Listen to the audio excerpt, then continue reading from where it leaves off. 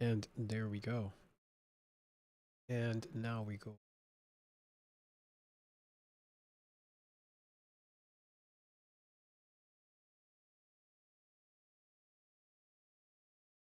Okay.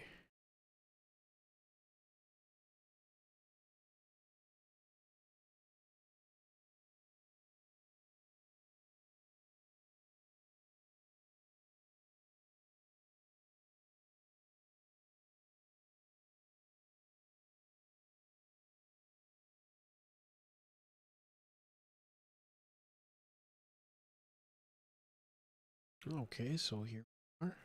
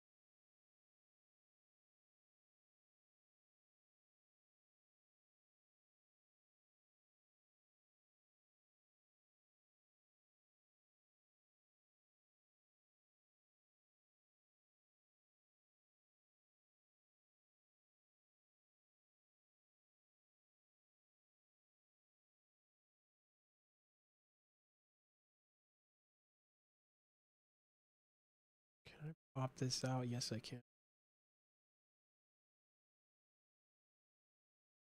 Okay.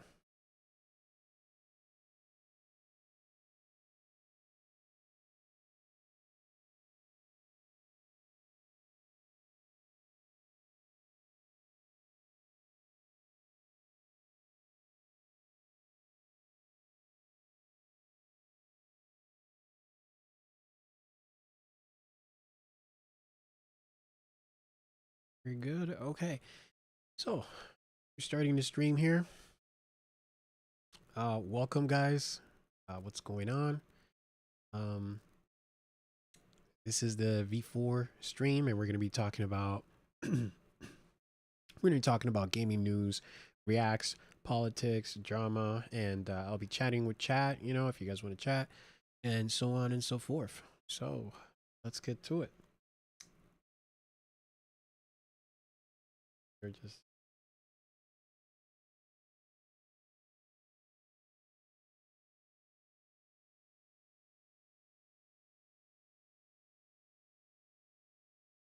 there we go.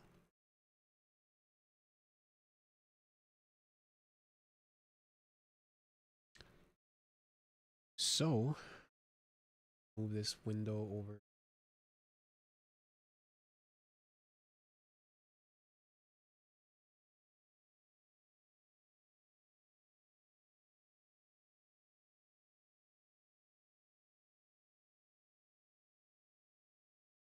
Okay. So first things first, I'm gonna be reacting to the video here. This is about the Diddy situation. So we're gonna be reacting to that. Let me turn that up 1080p and make sure that audio and everything is good. There we go. And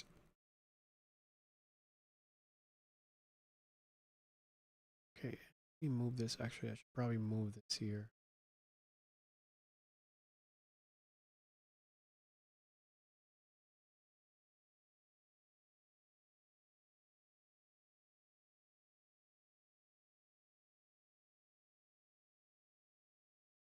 Pop this out. Pop out too. Okay. And we're gonna move this over here to that other monitor. And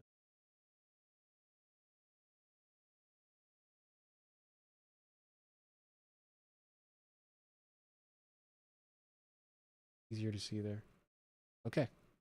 So we're going to be reacting to this video. This is He'll Never See a Federal Prison Diddy Verdict Debate featuring Sammy the Bull and Bruce Rivers. We're only going to watch the first part. Um, So that's the part with the lawyers. So we're going to be watching that and see what this is all about. So let's get to it. The evidence was actually weak. Let me make sure that my volume and everything for my stream volume is coming in. So stream volume is coming in. So stream volume is coming in. So stream volume is coming in. So stream volume is coming in. So stream volume is coming in. So stream.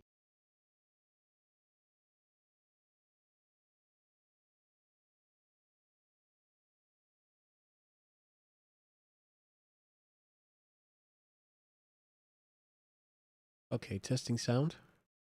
Okay, testing sound. All right, sound is coming in. All right, sound. Sound here.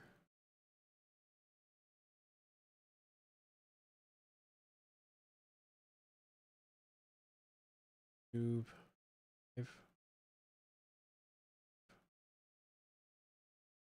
Okay, testing sound. Okay, testing sound. Very good. Okay, testing sound. And on Twitch. And on Twitch. And on Twitch. Testing sound. On Twitch. Testing sound. Okay, perfect. Everything sounds good. The other day it wasn't working. So I want to make sure this time I'm.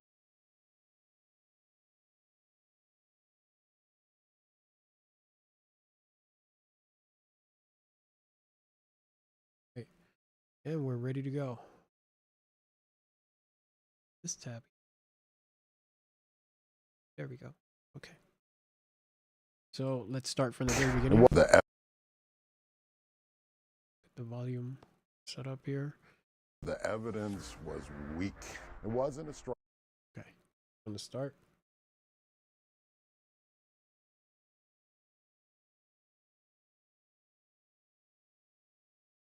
The evidence was weak. It wasn't a strong case. It was a strong case in the media and all the pundits who wanted to say he's a woman beater. That doesn't equal a RICO charge. This verdict really just goes to show how much women are really truly not believed. If numbers don't lie, it was 36-0. 36-0. Some even went as far as suggesting you must have been on the Diddy payroll. Would you like to clear that up? I am not on the Diddy payroll. This was just my honest experience. When you run with certain people and you know what they could be capable of, then you know you might be in clear and present danger. The legal system, they want to get their hunk. They can't walk away. They're already disgraced. They don't want to walk away totally disgraced. Okay, we're going to do that one more time. Sorry. Let me make sure none of that shows up on stream. Was weak. It wasn't. Okay, one more time. Sorry. Okay, here we go. Ready, set. The evidence was weak. It wasn't a strong case. It was a strong case in the media and all the pundits who wanted to say he's a woman beater. That doesn't equal a RICO charge. This verdict really just goes to show how much women are really truly not believed. If numbers don't lie, it was 36-0. 36-0. Some even went as far as suggesting you must have been on the Diddy payroll. Would you like to clear that up? I am not on the Diddy payroll. This was just my honest experience. When you run with certain people and you know what they could be capable of, then you know you might be in clear and present danger. The legal system, they want to get their hunk. They can't walk away. They're already disgraced. They don't want to walk away totally disgraced. After 7 weeks of revelations in a case that's shaken the showbiz world, Sean Diddy Combs has been found not guilty of racketeering and not guilty of sex trafficking his ex-partner Cassie Ventura, another woman referred to only as Jane. The jury did find him guilty on 2 counts, both of transportation to engage in prostitution, related to those same 2 women. Well, the verdicts have come as much of a bombshell as the case itself. We have an all-star panel of opinionated insiders. Yeah, so it is a bombshell. It's a big deal. Basically, Diddy has gotten off essentially almost scot-free. What he's been charged for, it's basically transporting prostitutes across state lines. That's not a big charge. That's not what they really wanted to get him for. And so he's made off like a bandit here. Now, It is up to 10 years per charge, and he's been charged. There's 2 counts of it, so that's up to 20 years. But I don't think he's going to go to prison for more than 5 years. And I wouldn't be surprised if he goes to prison for 3 years, or around that range. So it's not the big home run that a lot of people were expecting or hoping for. And the government poured a lot of resources into this, a lot of resources. There was half a dozen prosecutors, a lot of time and money that was spent trying to make sure that Diddy got the hammer right, and they just failed. They failed, and it just couldn't happen. So let's take a look and see why. And legal experts to explain what it all means and what happens next. In a moment, I'll talk to Young Jock and Sammy the Bull, and I'll talk to the Punisher, whose evidence appears to have been pivotal in this trial. But we begin with our legal panelists. Bruce Rivers, the criminal defense attorney who's covered the Diddy trial fastidiously on his popular YouTube channel. Suge Knight's former attorney. Yeah, by the way, this guy here, I've seen his videos before, and he's the dude. He's a lawyer, right? And he's the guy that has these. He has this cringe intro where it's like a rap, and it's like a rap made about him and about how he's such a big shot and such a big deal, and he's just like, obviously he's a lawyer, right? So he's got to be pretty wealthy, and he's getting into like Ferraris, or was it Lamborghinis, big supercars, and it's just showing him off how he's so great, and there's like this, just this cringe ass rap music, about this essential law nerd, right? Popping off and going hard. It's stupid, but I imagine maybe the reason why he did it is because it's dumb and funny, and people might get a laugh out of it, or who knows, maybe he takes it seriously. Either way, that's the one thing I remember about this guy. Covered the Diddy trial fastidiously on his popular YouTube channel. Suge Knight's former attorney, Matthew Fletcher, who's repeatedly questioned the strength of the prosecution's case, and Ariel Mitchell Kidd, a lawyer who's represented other women who claim to have been Diddy's victims. Well, welcome to all of you. This lady, like, man, like, to me, she almost looked like she was like dirty. Like her face was dirty, but if you look closely, she's just got these like spots, she's got these like spots on her skin, which a lot of people have, right? Like in me. And then she's just got all this makeup. There's so much makeup on her, and it's making her look so oily and shiny. And then she's got those eyebrows. She's obviously got her eyebrows done. She's got these like weird eyelashes, and it's I don't know, like it's a lot, and some of it just makes her skin look a little odd, which I assume is not intentional. But hey, hey, she's trying to look good, and yeah, there's nothing wrong with that. A lawyer who's represented other women who claim to have been Diddy's victims. Well, welcome to all of you. Matthew Fletcher, let me start with you, because you've been very clear with me. So she's representing clients against Diddy. Many times you've appeared on Uncensored during this case, that you believed they were not going to get convictions on the more serious charges. And what is fascinating about that, that you've been proven right, of course, but also that in the Southern District of New York, the success rate for federal prosecutors is 93%. Damn. They hardly ever fail. So just why do you think here, I mean, it's being billed as Diddy beats the feds. Obviously, he's not completely beaten them, but he's only been found guilty of minor stuff, least serious charges. Why do you think that has happened? Which is like the best case scenario. And so this guy, he just obviously they just introduced this dude, and Baldy over here, and man, this guy called it from a mile away. Like he just called it.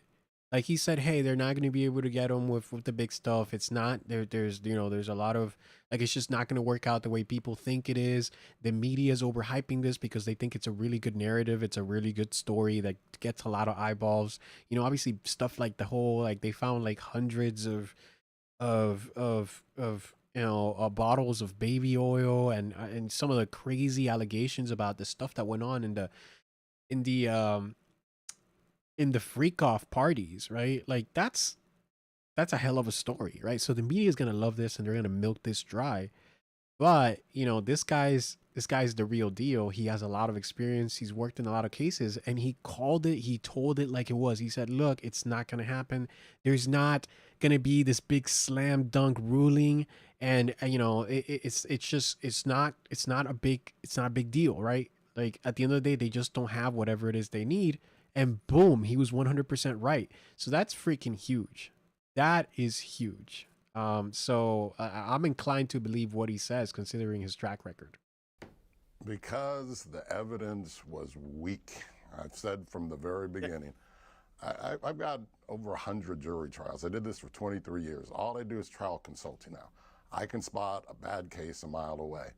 And the first witness in this case, from the first witness in this case on, this was always about the government saying he's a bad person, which he is. Yeah. He's a horrible, rotten woman beater. And as I told you last time, Yep. Agnifilo is going to get up there and say, convict him of every single count of domestic violence. But there aren't any counts of domestic violence. He did that.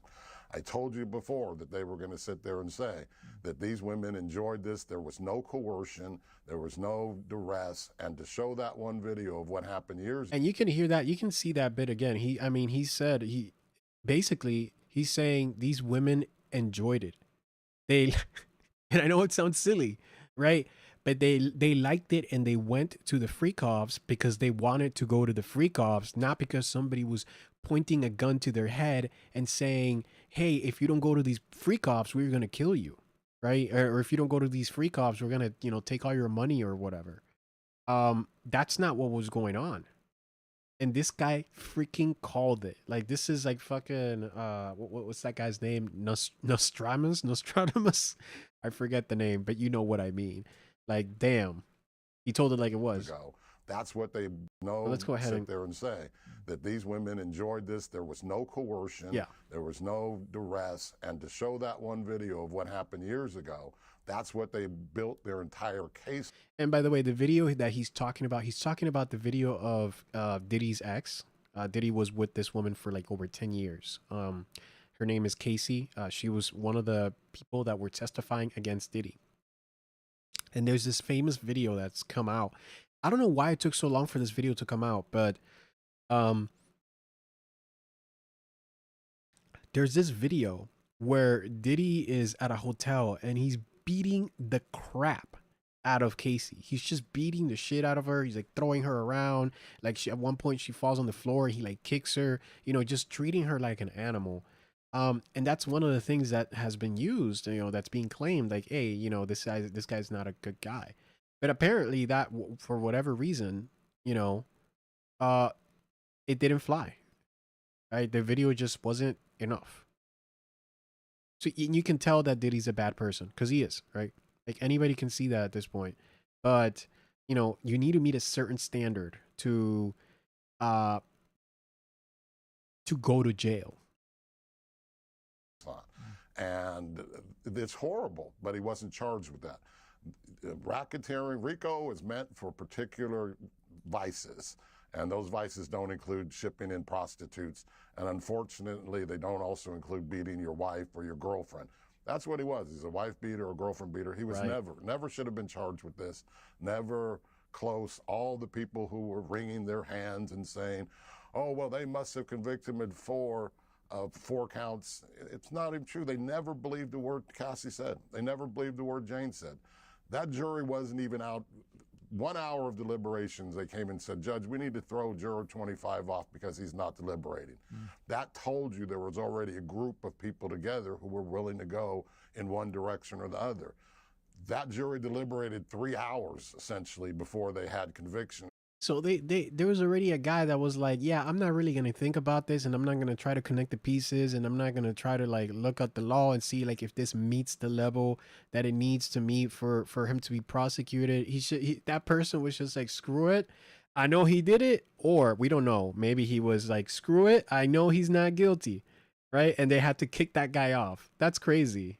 Like that's, I mean, you know, and maybe it makes a bit of sense because, you know, jury duty, any of us can be sent to jury duty. Like it's not, you're not a pro. You're just, you're a peer, right, of the community, right? You're somebody who's part of the community, and you're not supposed to be a lawyer, right? But you were supposed to follow these guidelines, and this guy wasn't following it, so they kicked them out. That's that just goes to show you, like, these days you can't. It's really hard to find people to put in for big profile cases like this that don't know what's going on, because ideally you want a juror that you want a jury that does not know anything about the case, so that they don't have any biases, right? But it's really hard these days with the internet and the news and everything. They cover this stuff so crazy, so that's wild that they kicked that guy out. Which a fast verdict like that, in my experience, tells me that's clearly a defense verdict. Clearly, they came back today and it was over. It wasn't a strong case. It was a strong case in the media and all the pundits who wanted to say he's a woman beater, which he is. Yeah. That doesn't equal a RICO charge. No, well, you've been very consistent on that. I mean, given the convictions he's now received, what is his likely sentence? I mean, each count, I think, is a maximum of... Got to give him 2 years. It's a maximum of 10 years on each count. So what do you think he'll get? Yeah, but the feds are different. First of all, he's convicted of procuring a prostitute.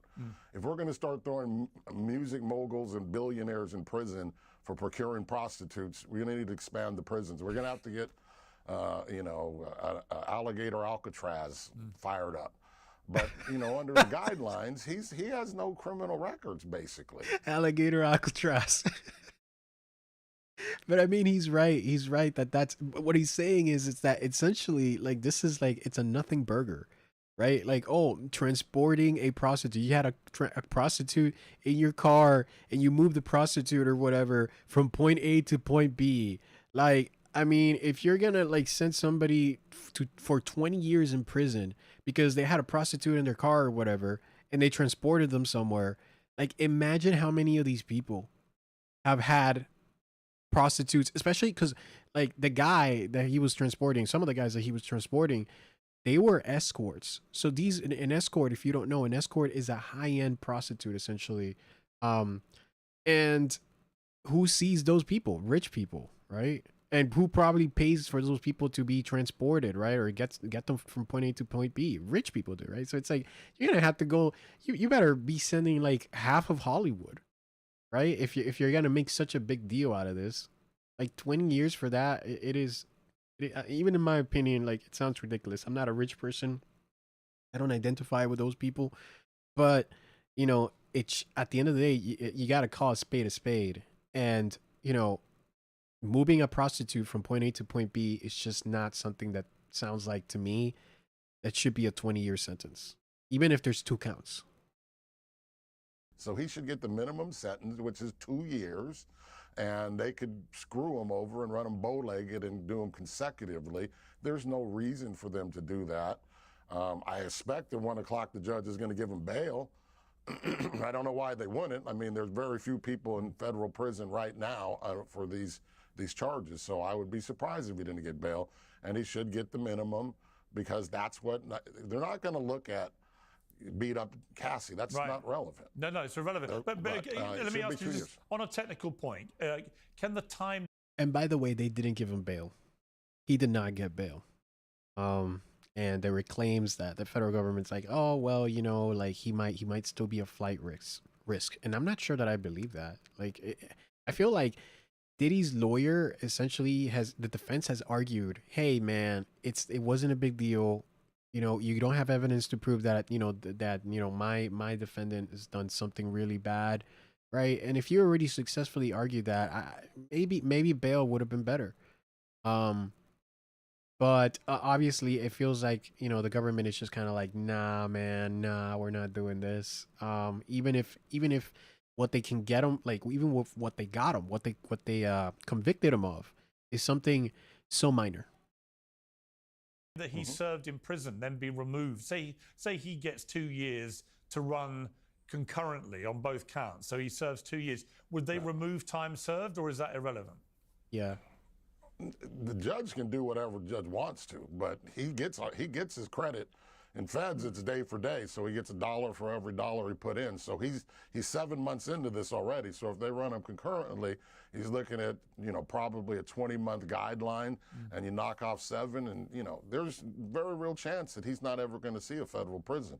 That's if it doesn't get, if the president doesn't do something with it, because this is the kind of thing that you can see someone granting a pardon on. This lady has just been like rolling her eyes. The lady on the right ears, the lady lawyer, she's just been rolling her eyes the whole time, and just like, she's like, this guy doesn't know what he's talking about. This guy's a retard. You know, what a dumbass. And she's not saying anything, but she's making all these faces like it's the 5th grade, man. Like this is elementary school. It's just, and she's a professional lawyer. And here she is making, like, you know, 5th grade faces in the camera. It's funny. I mean, it's... Oh, and on based on what he said, right? He's saying that, like, this could be the type of thing that he could get pardoned. I mean, he could. This is true, but I don't know what Trump has to gain from pardoning Diddy. Simply because Diddy's got a bad reputation, right? People have a bad outlook on him. You know, he's been caught being a wife beater on camera, right? And, you know, like, it's just Diddy's not a good look. He's not good optics right now. Even if they couldn't find evidence for him, people just don't really like Diddy right now. So what would Trump gain out of pardoning Diddy? Did Diddy even vote for Trump? Probably not. You know, those kinds of Hollywood people and like music people don't tend to vote Republican. So I don't know. I don't even know what the point of that would be. Yeah. I doubt that Trump is going to pardon him. I really doubt it.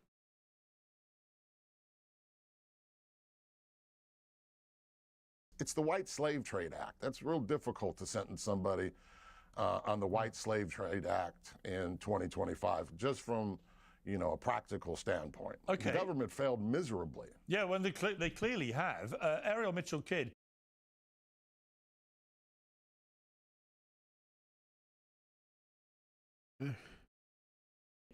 You represent a number of women in civil cases against Sean Combs. What is your... So she's essentially suing, or her clients are suing Diddy in civil cases, and she is the lawyer that's going to be or at least one of the lawyers that's going to be representing them.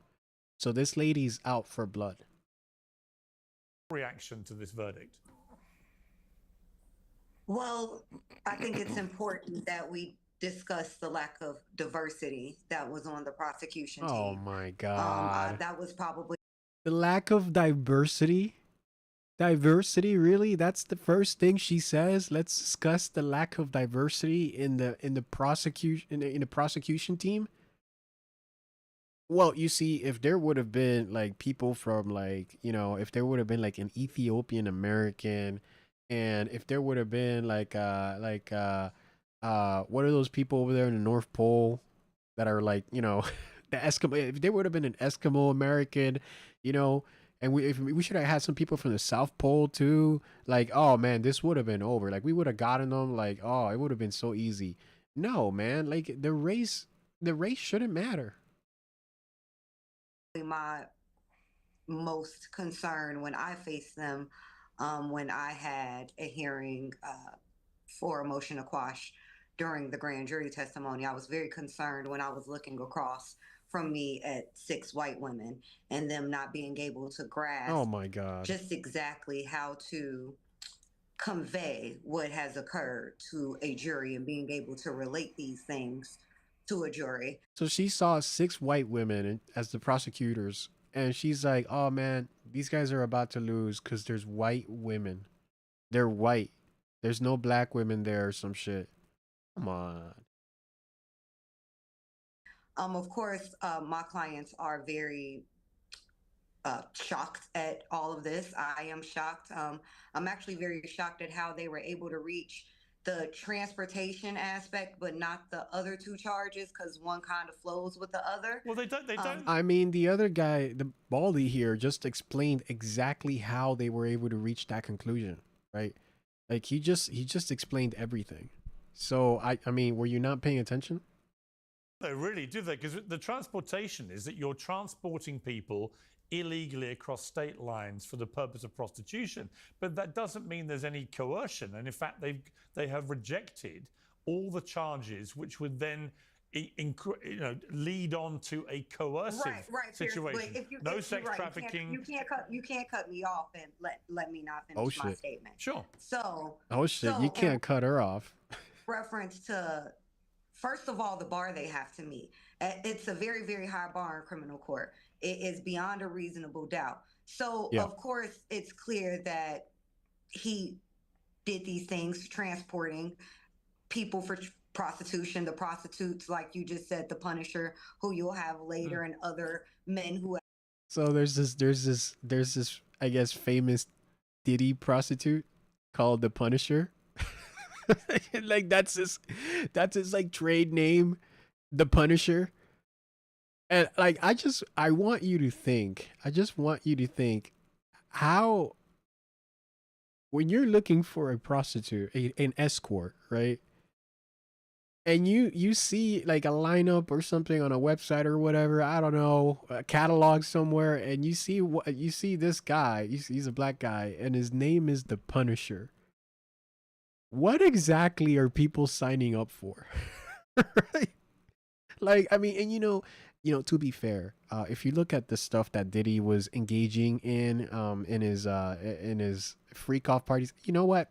I take that back. It makes sense. You probably want somebody exactly like the Punisher in a Diddy freak off, right? Okay, I take that back.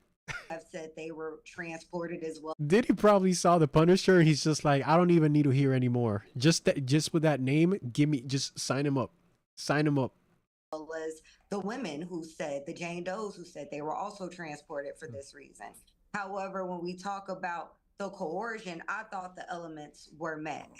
If you are asking me where I think the prosecution fell short, was I think taking 6 weeks to put on their case was a mistake. It was overkill. I think had they shortened and streamlined their case, maybe in a 3-4 week at max point, they would have been successful. And when you say the prosecution team wasn't diverse enough, what exactly do you mean? What are you saying?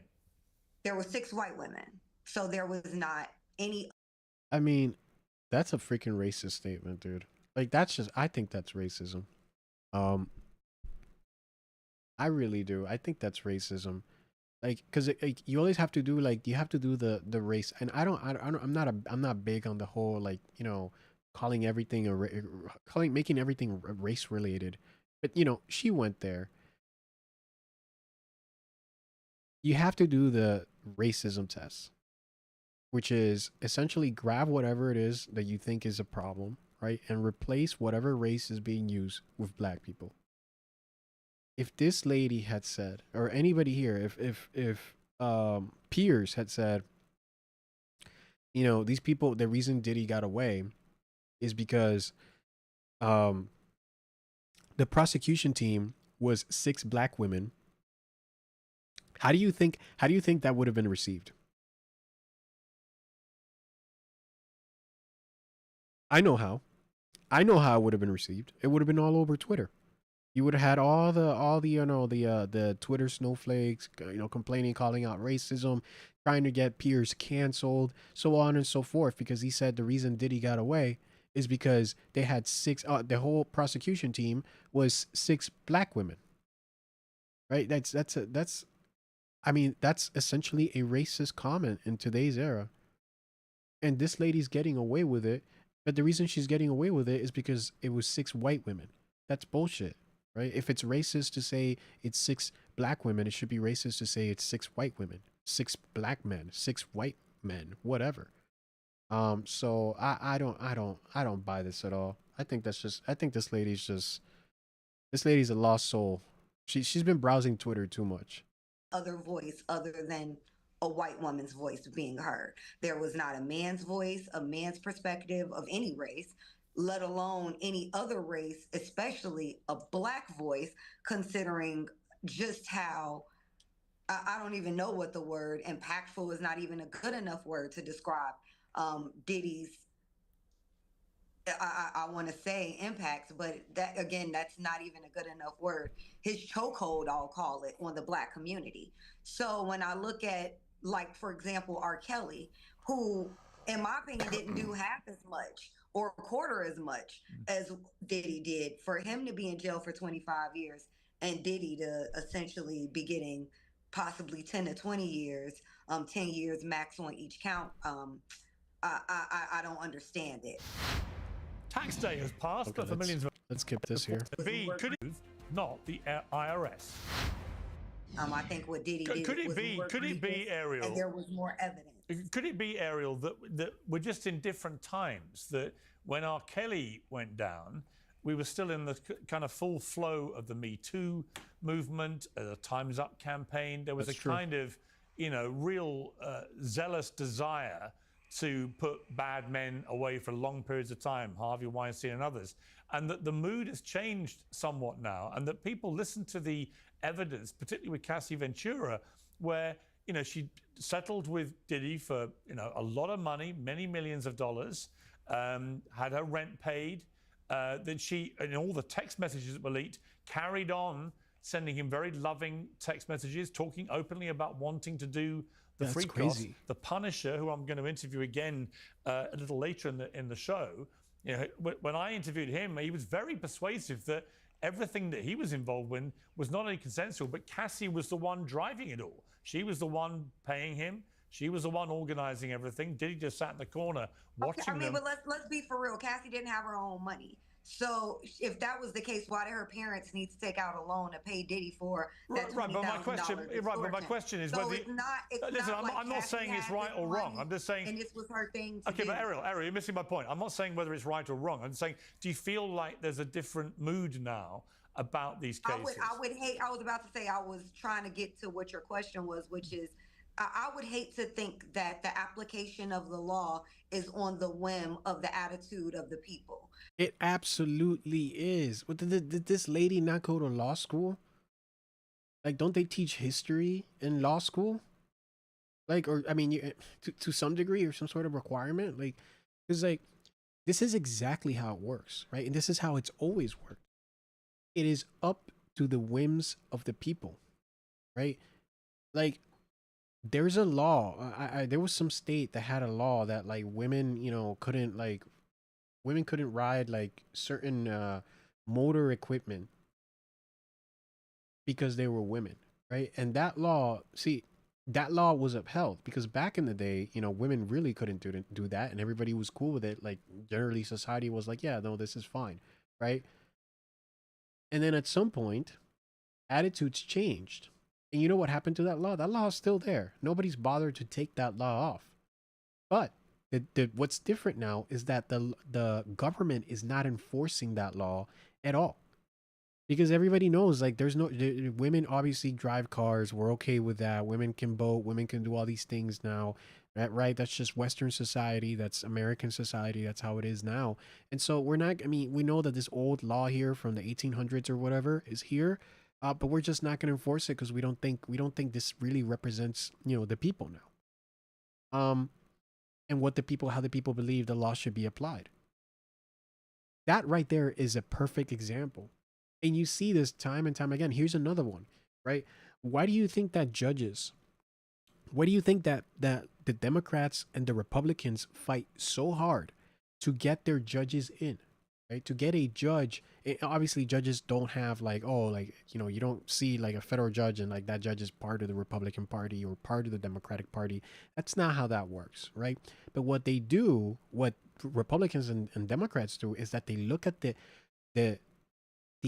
entire history of judgments that judge has made, and then they go, this guy rules in a way that we believe is conservative, right?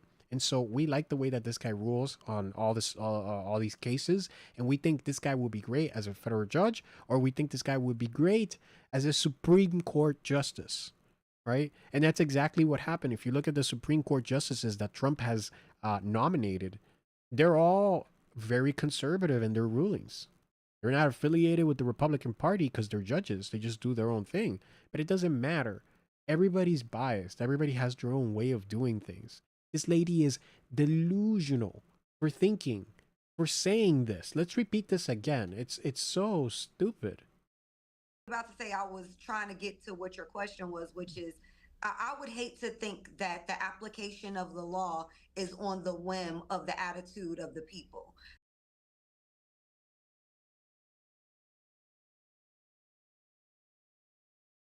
Okay, I'm sorry. Let's see. Let's do this again.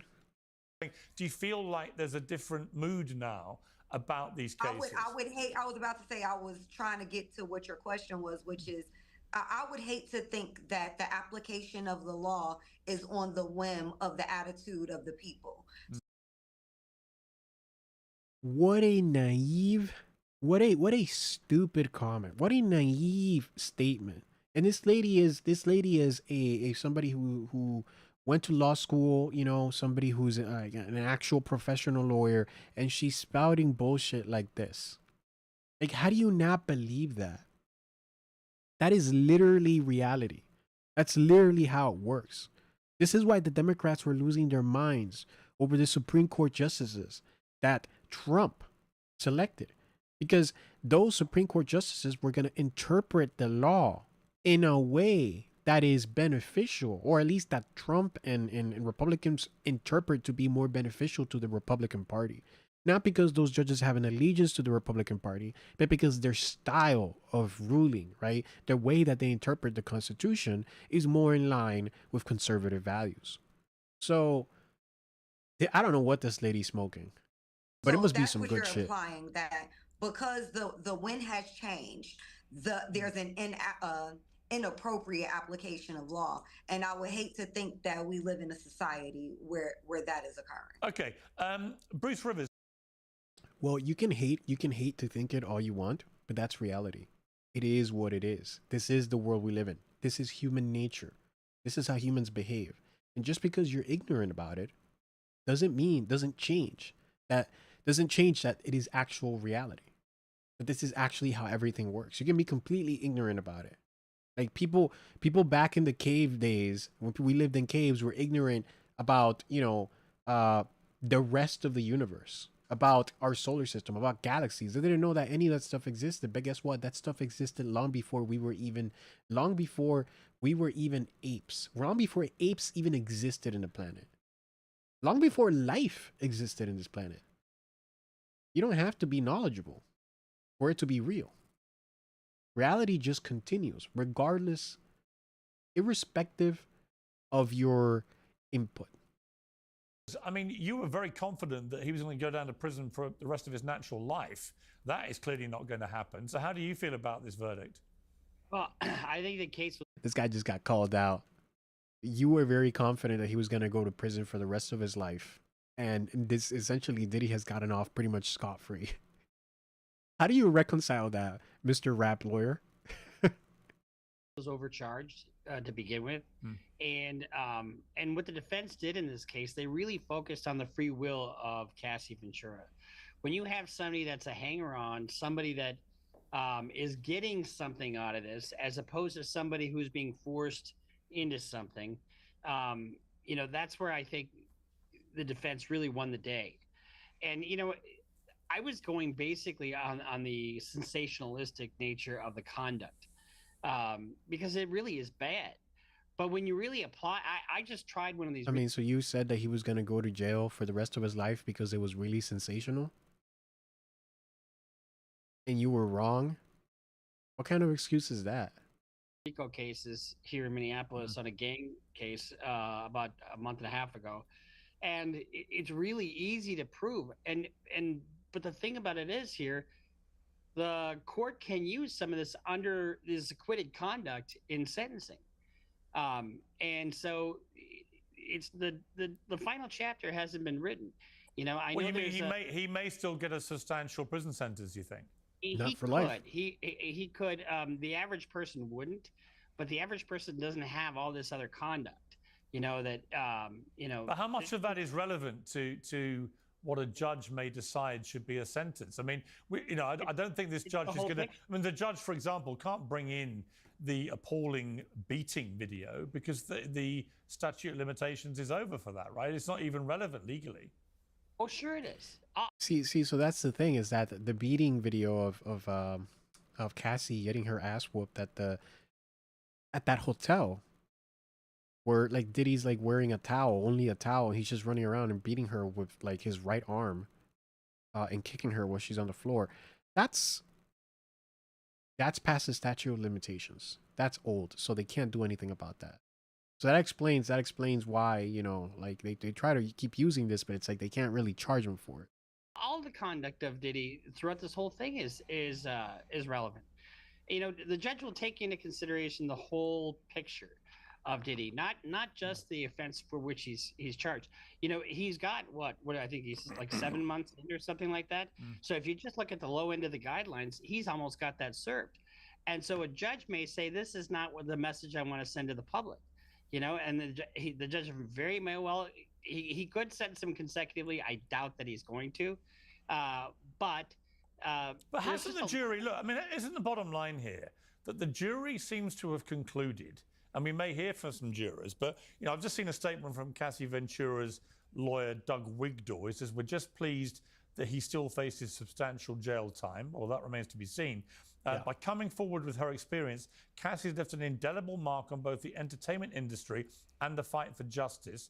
She displayed unquestionable strength and brought attention to the realities of powerful men in our orbit and the misconduct that's persisted for decades without repercussion. I'm not sure she has established that in terms of the eyes of the jury. You know, I share, listen, hang on.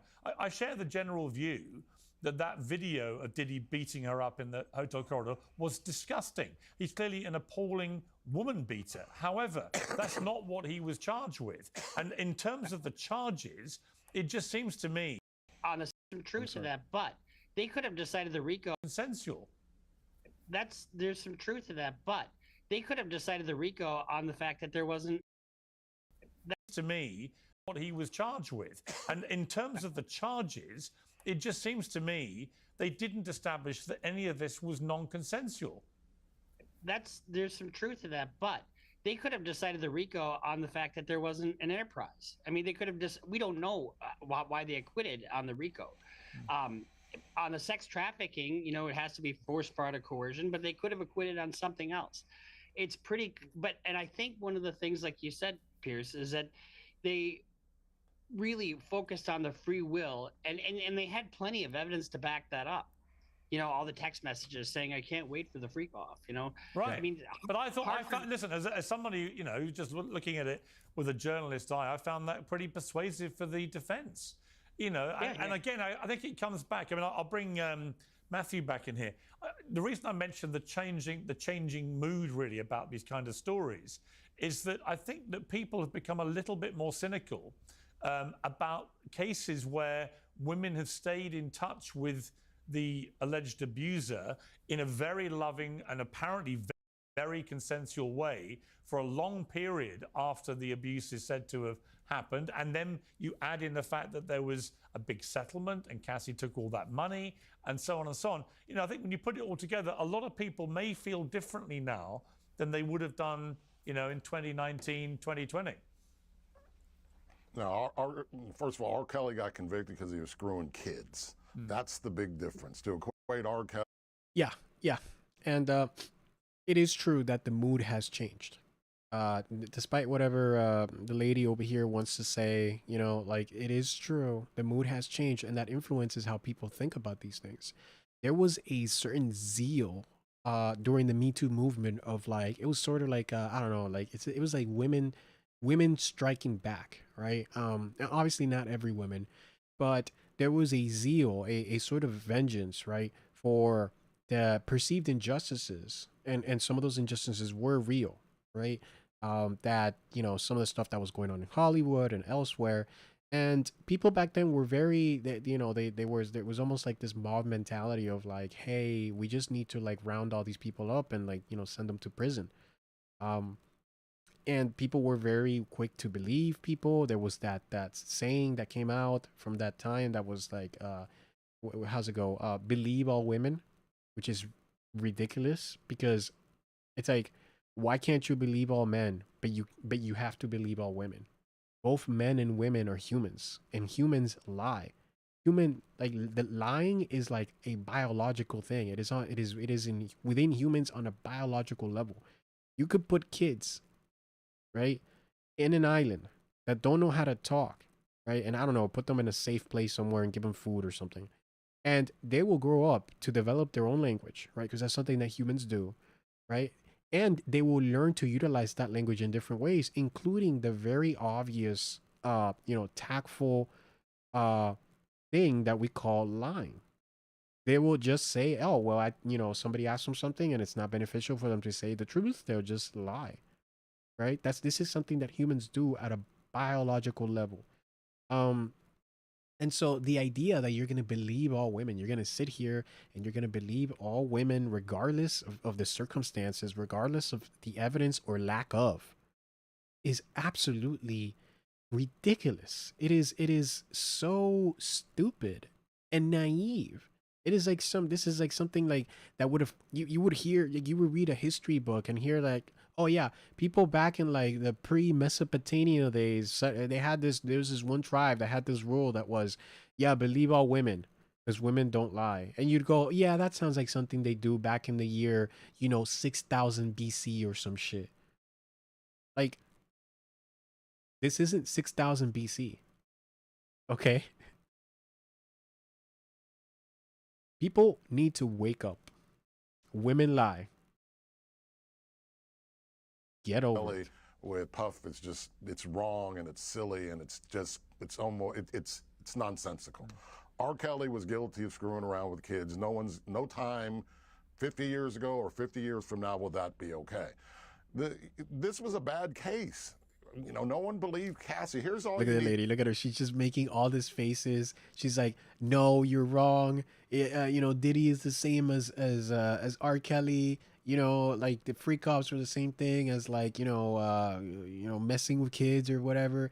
That this lady's so childish. And the funny thing is that unsurprisingly, it does look like she's wrong. And Baldy here has got, he's essentially beating her up in this argument. No, every single count in which the credibility of the alleged victims was put into question, the jury came back 36 times and said not guilty. Every single case, every single charge that had anything to do with Cassie or with Jane, the jury absolutely did not believe them, found them to not be credible, even to the extent to convict someone who's on a video beating the living snot out of the woman. That tells you all you need to know about the case. The media and people, lawyers, plaintiffs' lawyers who wanted to sue him said, oh, she's so convincing. It's hard to feel sorry for a woman who's instructing a sex worker on how to urinate in their mouth and telling her.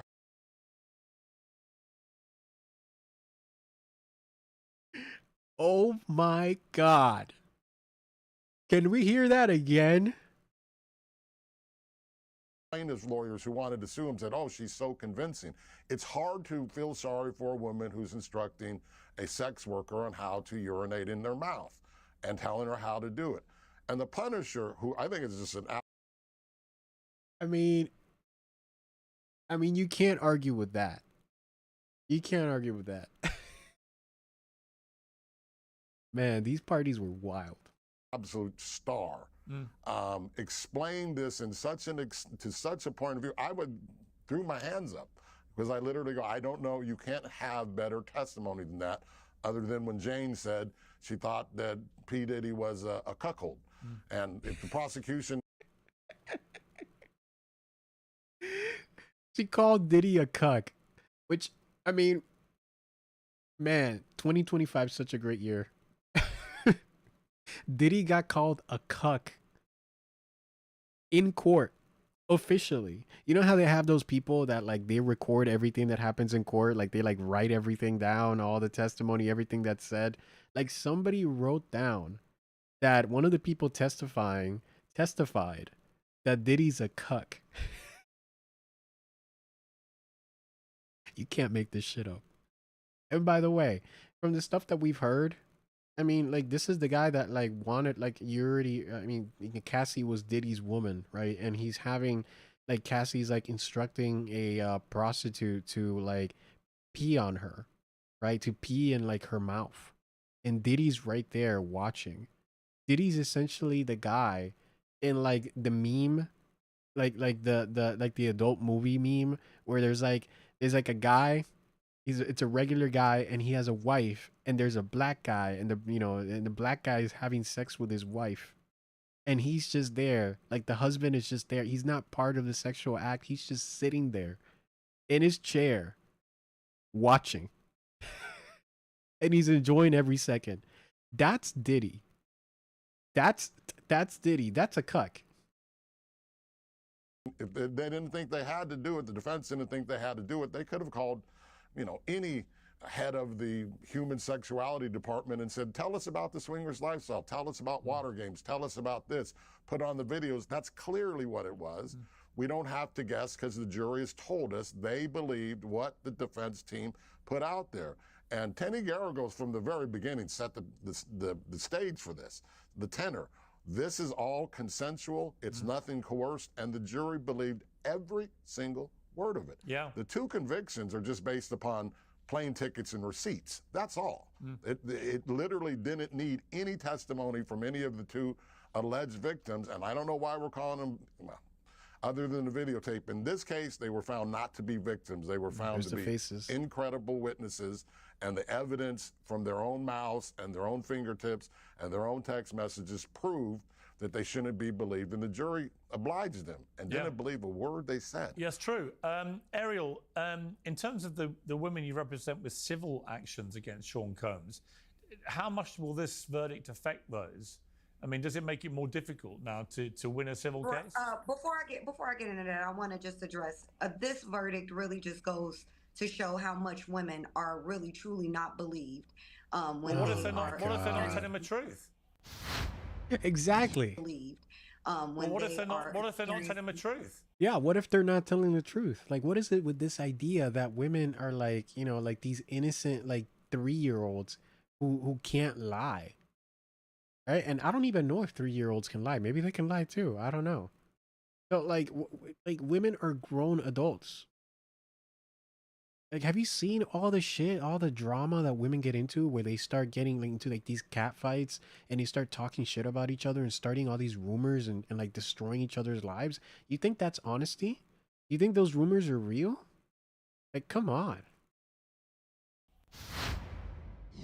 Many of us carry around ID block. So the suitcase, limited time, get 10% off at bridge.com. Please support us. Who are you? And tell them I sent you. But who are you to tell somebody? Well, who are you to tell a jury of 12 Americans? Well, you're implying. Hang on, Ariel. Hang on, Ariel. 20 years ago, but you're cutting me off, so we can. No, you're cutting me off. 20 years ago or 10 years ago, as you just said, there was a movement with Me Too where women were actually starting to be heard, and now we're just going back to regular status quo. No, that's not true. No, treated as liars and martyrs. No, hang on. Story has to withstand scrutiny. Hang on a sec. I was going to say, Ariel, just to be clear, they have been heard, right? They went into a criminal court. I said believed. I said we are back. Can you not interrupt me, given you didn't want me interrupting you? Thank you. So they have to be believed, which means that it's not enough for you to listen to the women and start a case and look for evidence and try to make sure that you meet the legal standard for prosecution of what of what this man is being claimed to do. It's not enough. You just have to prosecute him. Like, it just has to. You know what this is? You know what she wants? She wants mob justice. She wants a mob to show up at Diddy's house and any of these guys who are claimed to do this or that, and then show up at their houses and then, send them to jail or worse, right? Without due process. It's not about believing people unanimously. It's about there being enough evidence to meet the legal standard. And in this case, there wasn't. That's a fact. That's it. It's over. Enough with the emotional games. Emotions are not facts. They have been heard for 6 weeks and they weren't believed. So it's not a question of women not being heard. They've had their chance to try and prove their case, and so much evidence came out which contradicted what they had to say, including very powerful evidence from the Punisher, who I'm about to interview. But this idea that somehow this is about women being silenced, not being heard, and so on. The complete opposite has happened. And what you're actually doing is you're saying this jury of 12 Americans didn't know what they were doing or had some weird desire not to listen to women. It seems to me they listened very carefully to the evidence, and they've reached. And there were women. There were women on the jury. There were women there. And those women, you know, they decided that the evidence wasn't enough to convict. Like, what is this lady smoking? She's like, this lady's like she's like an activist. She's just pushing her ideals. Like, it's not about the actual law. It's not about evidence. You know, it's not about meeting the legal standard. It's just about, hey, no, you got to believe them because, you know, women can do no wrong because of politics or some shit.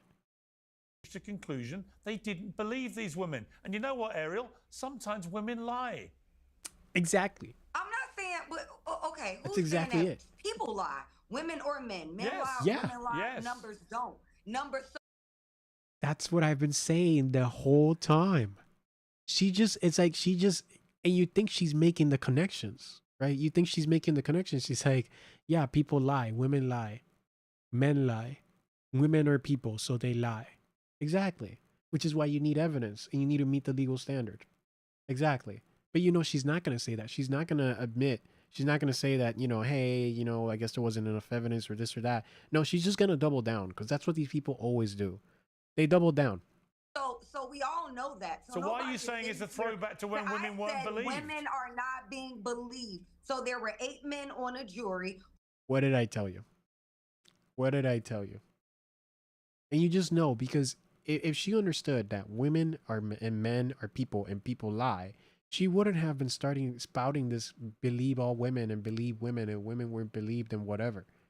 She wouldn't have been saying that, but she was. That's how I know that she's going to say, oh, no, you know, there wasn't enough diversity or whatever, or they're like, you know, I don't know, not enough women or whatever nonsense. Who, again, I'm saying to say they heard them, I don't think they did. So believe them definitely, because you can't believe somebody if you not truly are listening to them. Why? Because you're that's never an outrageous slur. You've got no evidence they didn't listen to them. No man on this panel, all 3 of you, will never be in a position of any woman in any scenario where you can be taken advantage of, where you can be literally abused.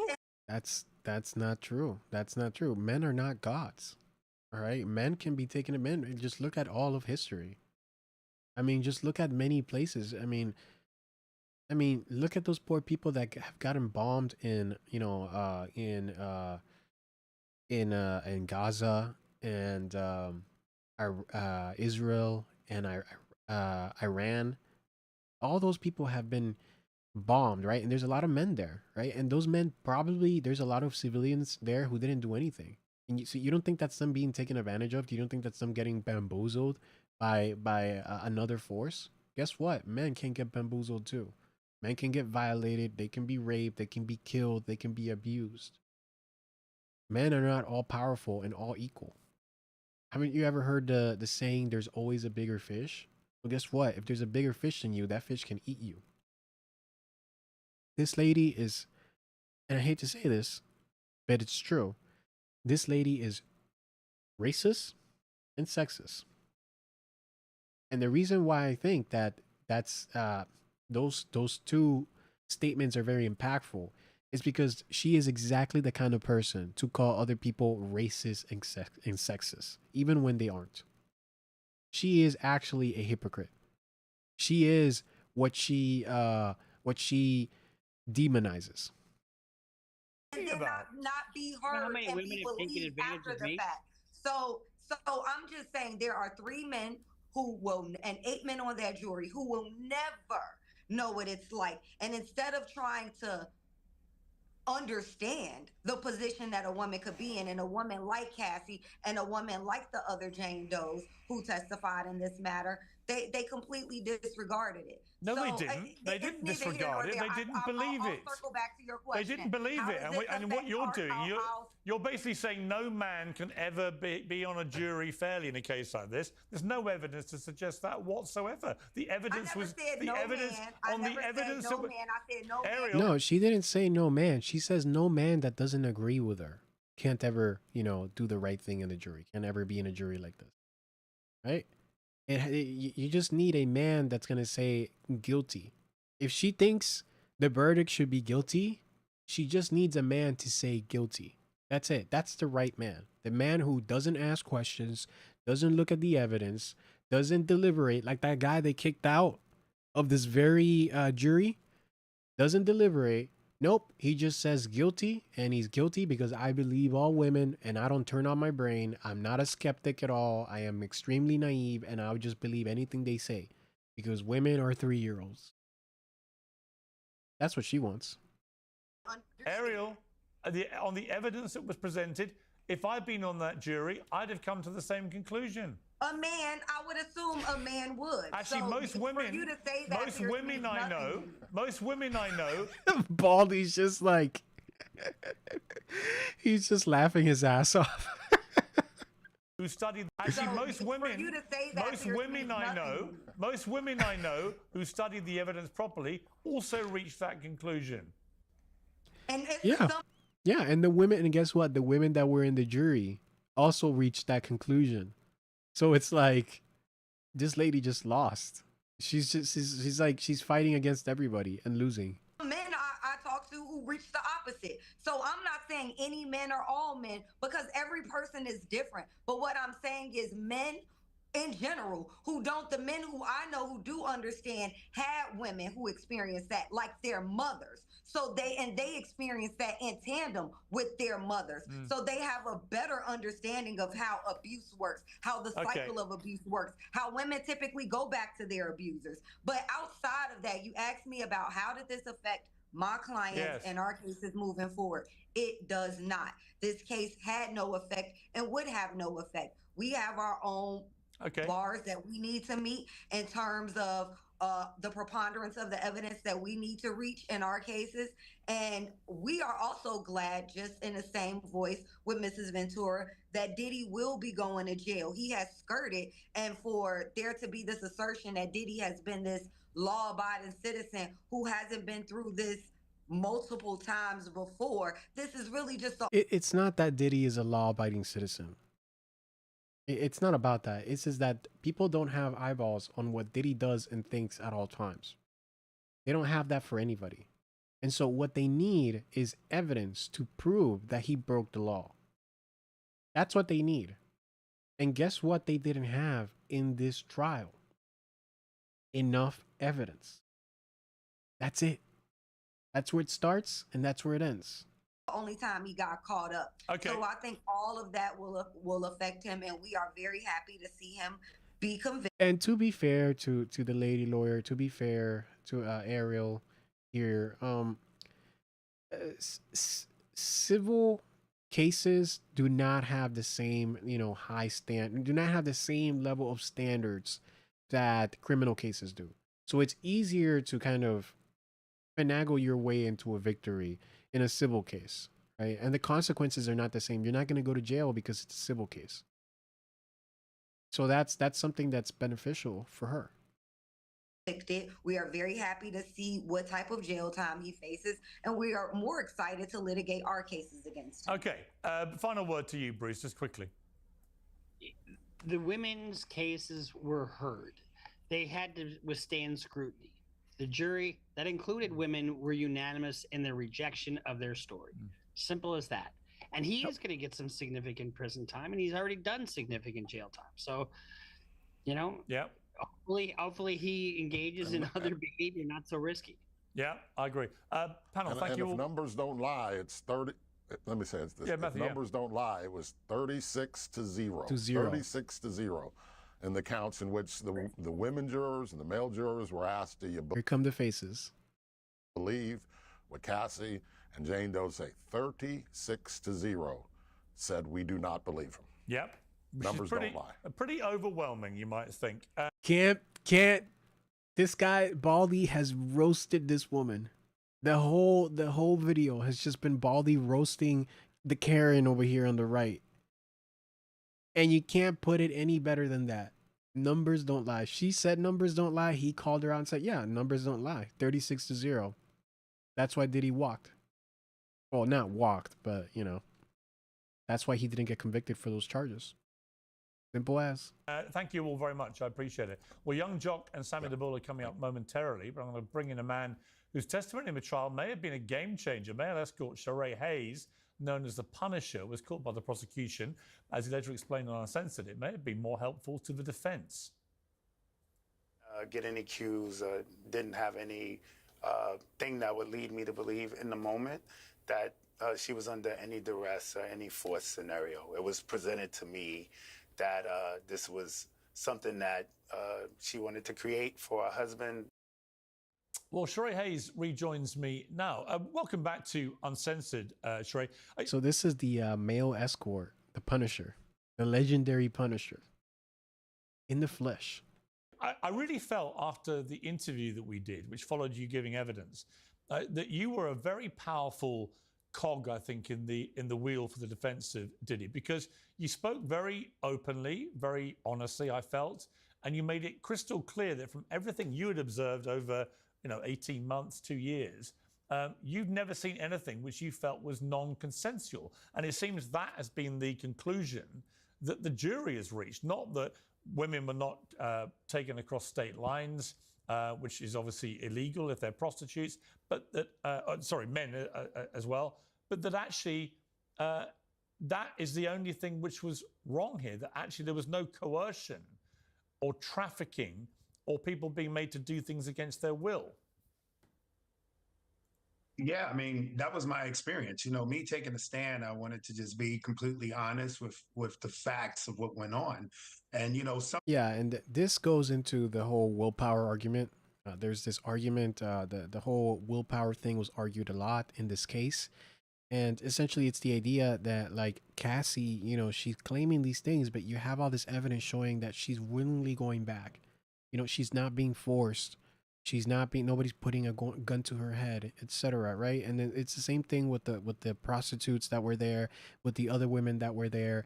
There's all these phone logs and text messages of the girls coming back, doing a freak off, and then being like, like you think that they're just like, oh my God, I'm gonna completely get away from this, and then they go back and like text Diddy and go, hey, I wanna do another freak off, like, like it's there was so much evidence that this was these women and men exercising their will and not them being forced to do something they didn't want to do. something I will say is, as this went on over the course of 2.5 years, and I would have very personable one-on-one interaction with Kathy prior to the activity, and then also at the conclusion of the activity. And it was always good spirited, good vibe, no indication that there was any issues, or not even any indication of being the slightest intoxicated, under the influence of any drugs or substances. And it was always a pleasant scenario that I told you I walked away with, actually feeling as like a positive thing that I was even involved. So everything threw me off with the allegations. I can only speak from my specific experience, but none of it never really added up to me. So are you? I mean, what's your response to the verdict? Yeah, so like even this guy's saying like, hey, in my experience, everything was fine. I went there, I didn't see any evidence of any of this, this kind of like forcing or anything like that. It just, it was people doing their thing, and I was there and I did my thing. I wasn't forced either. Like, I mean, that's a pretty good ass testimony for the defense, and that's exactly what it was. I thought the verdict was what it was supposed to be. This is domestic violence. If you want to talk about domestic violence and his behavior in those situations, that's a different subject. But when you look at a 10-year relationship, and mutual text messages expressing love and care, and at multiple points, excitement about the sexual activity, to then say, okay, I'm going to signal out a couple of instances and make it a crime, always to me was a stretch. Do you feel, we were talking about it earlier, that there might be a changing mood about these kind of cases, that at the height of Me Too, there was a kind of frenzy, and some very bad men clearly got the punishment they deserved. Others, many people felt there was a massive overreach, and a lot. Oh yeah, the Me Too thing was crazy. Like people were just, that was peak mob mentality, and there was some of these men, like Piers is saying, some of these men deserved what they got. Some of these men were really bad people, but other men just kind of got thrown into the grinder, right? Without much evidence, without, like, people just believe whatever the allegations were, just because they were in like this mob mentality of like, and that's where stuff like, again, that's where stuff like believe all women came from, which is just ridiculous. You shouldn't believe all women. Women lie, men lie, humans lie. Women are humans. You cannot, they're not, 3-year-olds. They're grown people. So this idea that you have to believe them regardless of the evidence, regardless of the circumstances, it's just it's insanity. And I'm glad that people have woken up and gone, hey, yeah, this isn't right. This isn't right. This is just stupid. This is some caveman shit. This is some like Salem witch trial shit. Those cases, which were messier, involved cases where there was lots of evidence after the alleged crime or claimed crime that, that everything was still very friendly, consensual, loving, and so on. Do you think that juries now maybe are less willing to convict people when that kind of evidence comes out than they may have been, say, 3-4 years ago? I certainly think so. I do. I think initially, because there was such a strong movement, right? And all of these cases out of and there was a neglect over years of women being hurt. And that was a real thing. But now, because there's so many scenarios of financial gain and a monetary gain based on these circumstances, the majority. There's like all these incentives that people have now where it's like, oh, I can just claim that this rich guy or this boss or something did this or that, and now I could become a millionaire. Like, you have to be careful with that stuff. Like, that stuff, like, people aren't loot pinatas, right? We need to remember, innocent before proven guilty. We had that. We built that. We didn't always have that. That's something that we like patched in, essentially, like a video game. We patched that in, and we did that because people are fucking crazy. People are, they're animals, and they will behave like animals. They will get in these mobs and like burn somebody at the stake. They've done that countless times throughout history. That's why we have this, and we can't just lose that because, people on Twitter are, posting #MeToo. These cases are filed civilly before they're filed criminally, right? And so I think it is just right. These cases are filed. Most of these cases are filed, on civil court, not criminal court, because they're looking to get money out of the person. They don't even want to send the person to jail. They just want their cash. That's crazy. Responsible, right? To look at these things in totality, especially in a case like this where you have people in a long-standing, loving, caring relationship that years after the fact, it becomes a crime. And, every relationship has ups and downs and tough moments and difficulties and adversity that gets ugly sometimes. But for it to translate to a space of criminal activity in the midst of being in love and then continuing to be in love, it should be looked at and scrutinized really strongly. Yeah, I mean, look, domestic violence, there's no way to sidestep the behavior in that video. And, statute of limitations are what they are. There was no charges that could be brought up for it. But if you're just talking about the charges themselves in regards to sex trafficking and racketeering, is just hard to take that instance and turn it into those charges. Yeah. Yeah, Diddy's obviously like he definitely is an asshole. Like he's a caught in 4K asshole. Right? There's that video of him beating up Casey at a hotel room. He's caught on camera wearing a towel and beating the shit out of her, right? She's not fighting back. She's just taking it. She ends up on the ground. He like kicks her or whatever. Like that is just that is horrible behavior. And, that's the kind of person that he is. But this other stuff, like that, the whole racketeering stuff, that's the human trafficking. You have to prove that. And this case was not, it was about, racketeering and trafficking. It was not about domestic violence. And that's where the government went wrong. That's why they failed. As egregious as that instance was, it just doesn't add up. It's just not aligned. How has your life been affected by being such a high profile witness in a case like this? It's something that I have to manage because in forums like this, where you have people that's gonna judge it based on the facts, judge it based on the way I represent myself or whatever, it's fine. I feel like to be involved in such a high profile, ugly scenario, I've landed on my feet. But you still have a big portion of people that they operate on ideology and opinion. Yes. And, I get DMs, Absolutely. There's all these people that are, they have replaced religion. They have replaced religion with politics. It's not about Jesus anymore or the Buddha or something. They're not killing themselves over that. They're killing themselves over politics. Their faith and zeal is being redirected into a political ideology. And that creates all the same fervor that you see, all this kind of like, crusader style, like, oh, we gotta do this, we're fighting for the good of humanity or whatever. That's what these people feel like. And it's out of control.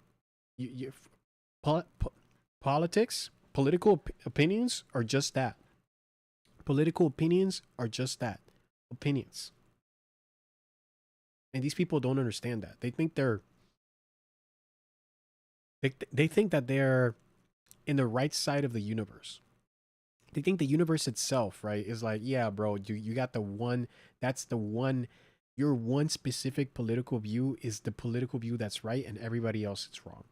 It's like that South Park movie, or I think it was the movie, right, where like people go to hell and everybody's like, oh, but I was a devout like Christian, I was a devout like Baptist or something, like, I was a devout Jew. I followed, the Torah and everything to the T. How is it that I ended up in hell? And the guy there who's just like receiving everybody and checking everybody in, he's like, yeah, see, it was actually the Mormons. Yeah, it was the Mormons who were right. Everybody else was wrong. So if you weren't a Mormon, you went to hell, right? Because it was like the Mormons were the only religion that was right. And that's what these people think. They think that their progressive views, right? Their progressivism, progressive politics are right, and everybody else is wrong. Every other flavor of politics is wrong, and obviously that's bullshit. Political opinions are just that, opinions. periodically, with women yelling at me saying I urinated on Cassie. How could you urinate on Cassie? So there is a negative aspect that I just have to maneuver through. But hey, look, where are some of our choices? So like the Punisher is the guy who urinated on Cassie. He's the one that peed on her. She opened her mouth and he peed. And then Diddy was there in the sofa and he's just like watching this and going, "Oh yeah, this is so great. Oh, I love this. Oh yeah. Yeah, swallow it, Casey. Swallow it." This was a choice. This was a decision I made, and I'm just dealing with it. Trying to make the most of it to whatever degree. Let me see this here. Periodically, an opinion, and I get DMs periodically, with women yelling at me saying I urinated on Cassie. How could you urinate on Cassie? So there is a negative aspect that I just have to maneuver through. But hey, look, where are some of our choices? This was a choice. This was a decision I made, and I'm just dealing with it. Trying to make the most of it to whatever degree I can. You had barely any interaction whatsoever with Diddy in the entire time that you were part of their world. What are your feelings about him now that we know what he's been convicted of, and he's likely to face a prison sentence for some time? We don't know how long that will be, but it could be up to 10 years. Very unlikely, but he certainly will go to prison for a lot longer than he's currently served. What are your feelings about him? I really think I look at this situation with Mr. Combs similar that you see with a lot of people who are in very powerful positions for long periods. If they don't have a good circle of someone that can actually give them an opinion, a strong opinion, adversely, hear no. Yeah. Hear listen, you shouldn't be doing this. This is true, and I think this is true about a lot of people, right? This is like the people that are terminally online. Like the whole terminally online thing is crazy. Because like these people are living, they live in their room, they don't go out, you know, like they're just like they're in some cases they're just like afraid, or you know, like they just stay away from the real world, and they're never really brought in line. And so they develop, like they go to DeviantArt and they meet like some weird, like they start like browsing weird profiles there about Sonic the Hedgehog, freaking fan art, weird fan art, you know what I'm talking about. And you know, they turn into these, like they turn into these online weirdos, right? And they think that that behavior is okay. And then they go out in real life wearing these fursuits and doing this crazy shit, right? And they think that's normal. They don't have, everybody benefits from what this guy is saying. You know, having somebody to say, hey man, actually I think maybe that's wrong, or maybe like maybe you shouldn't go about it this way, or here, let me offer you a different perspective, right? Everybody benefits from that. And I think the people that are, you know, permanently online and living in the little circles on Twitter and like whatever, wherever else, they don't have a lot of that either. And that's why they're seen as weirdos. A lot of these people do escalate to behaviors that push the limit. Yeah. And I think this is a excellent That's exactly it. wake up call for him, because I'm sure he's looking at his own behaviors and his own histories, and he's rethinking a lot of things. And I'm sure he'll be a better person going forward for I it. hope so. But you know, I think that's the silver lining in this. He is going to face some charges and some time for his actions, and I think going forward, it will present him being a better human to people in his circle and people he interacts with. And finally, when you came on Uncensored last time, we had a few people leaving comments on our YouTube channel saying what an own goal it was for the prosecution to put you on the stand, because it seemed to play into the defense's case. I think it played into the defense's case because of your honesty. Some even went as far as suggesting you must have been on the Diddy payroll. This has now become a raging conspiracy theory. Would you like to clear that up? Yeah, I am not. Anytime that something doesn't go your way is because the other guys that facilitated your loss were being paid by your opponents. That's how it is every time. Every time they have to be paid. There has to be some sort of conspiracy.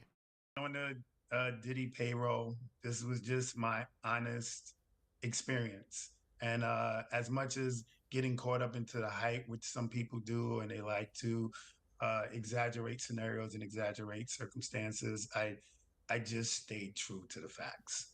And you know, I'm at peace with that. You know, I feel like it kept my integrity intact.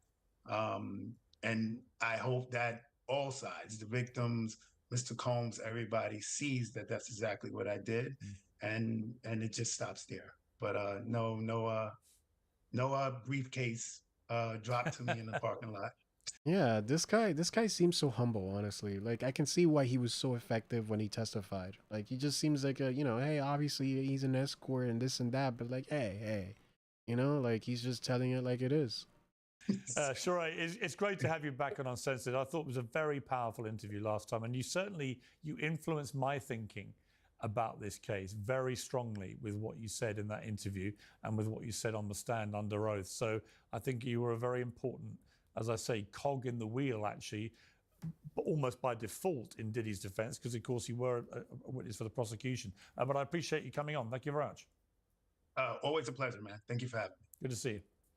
Well, we're now joined by two men who've been listening in and can give us a truly unique perspective on this case. Young Jock is a rapper and alumni of Diddy's Bad Boy Records, who's one of Okay, so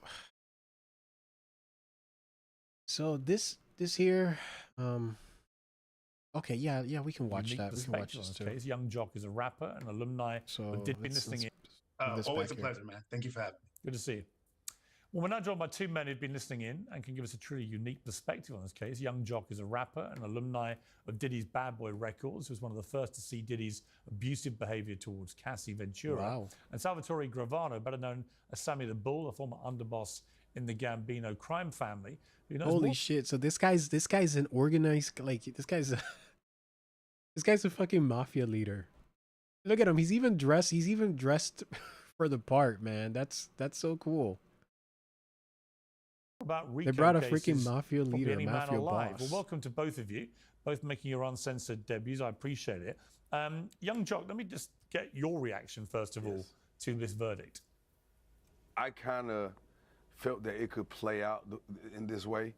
Once some of those stories started not really adding up, you know, they weren't properly corroborated between Cassie and some of the other people involved, and the way some of them changed up. And then with you having on, what was the guy's name who was the Punisher? The Punisher. Yeah. Like he was on. He was supposed to be there for Cassie's behalf, basically. And they try to. It probably seems like it sounds like they asked him to be as just clean and cut as possible, and don't add too much, don't take away. And it seems like it hurt their case. Yeah. Because he basically said, "Hey man, this time she called me and." You know, and the other girl was calling and tipping me and doing, you know, it's kind of like... and Cassie was the one that was arranging all of this, like the freak-offs. Like, it wasn't Diddy that was, like, the primary, like, manager of that all. It was Cassie who was setting all this stuff up. So that's kind of crazy. And then Cassie's obviously trying to testify. And the other thing is that Cassie... she was obviously Diddy's ex-girlfriend of 10 years, and she was the one that was being abused in that video where Diddy's just like, you know, beating her up and everything at that hotel. And she's testifying. She testified against Diddy, but she's been given immunity. She's been given immunity because she's testifying, right? That's part of the arrangements. Like, hey, if you testify, we'll give you immunity and you can't be charged for any of the stuff that you did. And so, like, that in of itself, like, you have to be a little careful with some of the stuff that she says, like, because she's going for the jugular, but like she's made immune, right? And if anything, even if something didn't go terrible, or like even if Diddy walked and didn't get anything, like Cassie would at minimum also be just completely, she would just be completely immune. She would get to walk too. So the moment that Cassie said, "Hey, yeah, I'm signing up for this. I'll testify as long as I'm giving immunity," she's just that was like a golden parachute. It seems as if I'm forced to be here and you setting up the plays. It just seems to me like it didn't play out well, but it played out well for Diddy. It didn't play out well for, you know, prosecution. But from what you saw of Diddy and Cassie Ventura, are you happy with this verdict, or do you think he's got away with something here where he did have a controlling relationship with her? No, I mean, listen, let's be honest. When you're talking about consenting adults, there's too many times that I was with Cassie and Diddy.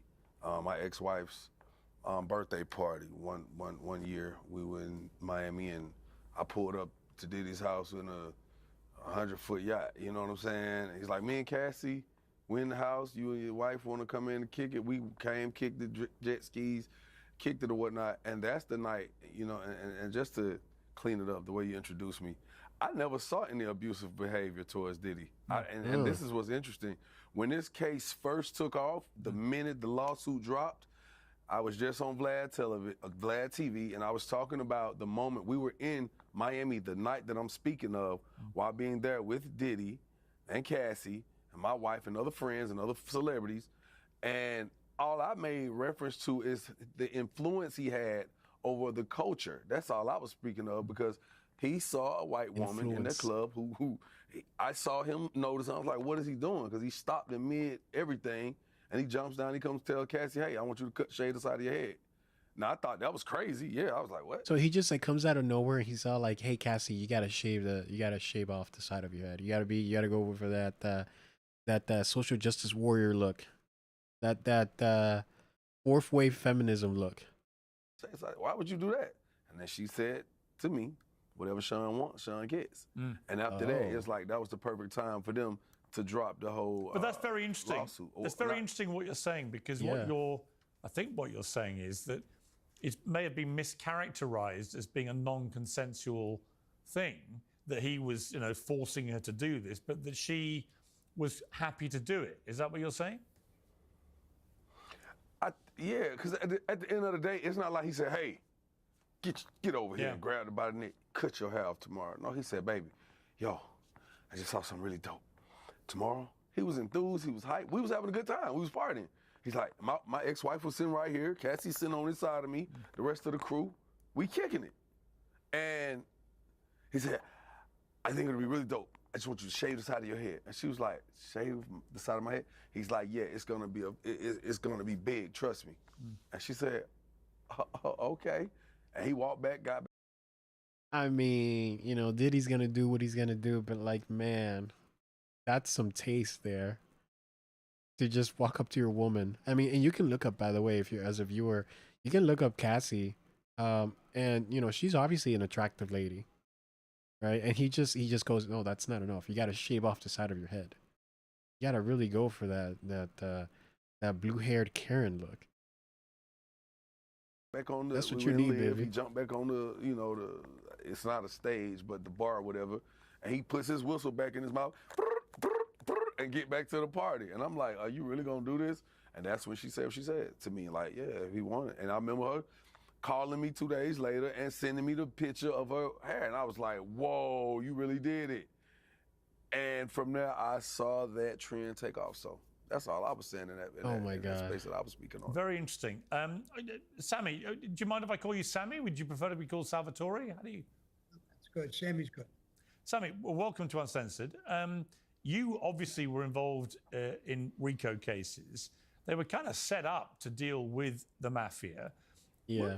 Were you surprised when you originally heard they were trying to get Diddy as a RICO case? Were you surprised? Did you feel that was an overreach? You know, I did a lot of interviews with a lot of people while the case was going on. I didn't follow it too close.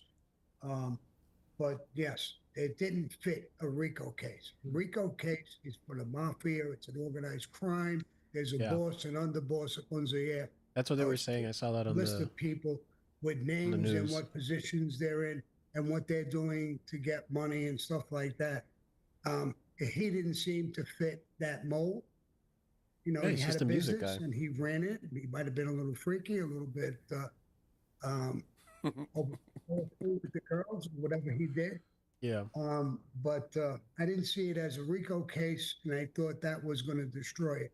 Most people don't even understand what a RICO case is. Right. So you're giving it to a juror of 12 people. Probably none of those people understood what a RICO case is, and they took different statements. I'm going to agree with some of the people that you interviewed already, and the guy who's sitting next to you. And a lot of this was consensual, and that's what really blew it out of the water. Yeah, that's exactly what it seems like, is that a lot of people, like, it just, the people that were involved, all the people that testified, essentially, you know, all the phone logs and everything that came out, it seemed like these people were just doing this out of their own, you know, it was just free will. Like, they were just saying, like, hey, I actually want to be a part of this. It's not some big, not some crazy thing, right? Nobody's putting a gun to their heads. So, man. For the defense, it sounded like a win. When you know you do something violent. Listen, you had a female lawyer talking a little while ago, and she says it's about race, it's about women, it's about it's nothing to do with race or women. There was black, there was white, there was everything. But the point is that when you're having consensual, that lady lawyer was just like, she was basically like some sort of, she was like a Twitter activist. Like, she's talking about how there wasn't enough diversity and how, like, you know, like, it was 6 white women that were on the prosecution. It's like, woman, like, come on. Don't you realize that you're the one who's being racist by saying stuff like this? Crazy. Sex. It's a different ball game. It's not that much of a crime anymore. What blew me away is that when she was calling him back after she got beat up and all of that stuff, and told him, when are we going to have the next freak off? When's the next party? Wow. So she's not. So she called him right after she got beat up in that. I think it was that hotel. When she got beat up at the hotel where he was like beating the crap out of her, and he was wearing a towel and all that, and they just caught him live doing that. After that, she goes and she calls Diddy and she's like, "So, baby, when are we gonna do the next crazy sex party?" No wonder the prosecution lost. Victim to me anymore. she's something that they enjoy doing together in their parties, and they're back and forth. So how do you make her a victim? Because she's just a woman? That's what that other lawyer Well, I was think saying. that's very interesting, because I think that is what the jury, who were 8 men, 4 women, that is the conclusion they all reached. They clearly did not believe what the Right. 2 women were saying. They did not believe it was non-consensual. Absolutely. Let me go back with the female lawyer you had on when she said there was men and we don't understand women. That's ridiculous. That's Yeah, I agree. ridiculous. Very patronizing. I have a daughter. I have a that's just granddaughter. sexist, man. I have 4 or 5 women working for me. I know what women are about. To say I don't understand. And you know that lady, she's saying that like men don't understand women, right? And so you need to have a woman for diversity purposes or whatever. Otherwise everything's just gonna go wrong. Like, you know, she's not saying the same thing about men. Right? You know that she's not going like, oh man, like if somebody tells her women don't understand men, she'd probably be all like, that's bullshit. We understand men. Like, it's like this whole one-way street of bias that they got going on, man. Women because I'm a man, that's insane. It's the act. It's not whether he's black or white or a man or a woman. It's about the facts of the case and what went on. Yeah, and it's about like if she was talking about like the prosecution and how they were all white and this and that, and it's like, it doesn't matter if they're white. What matters is that they do a good job. What matters is that they're good at their jobs, not whether they're light-skinned or not. I was just saying, he's been at a party. She told him to he told her to shave her head. She went ahead and did it. I mean, listen, it's consensual.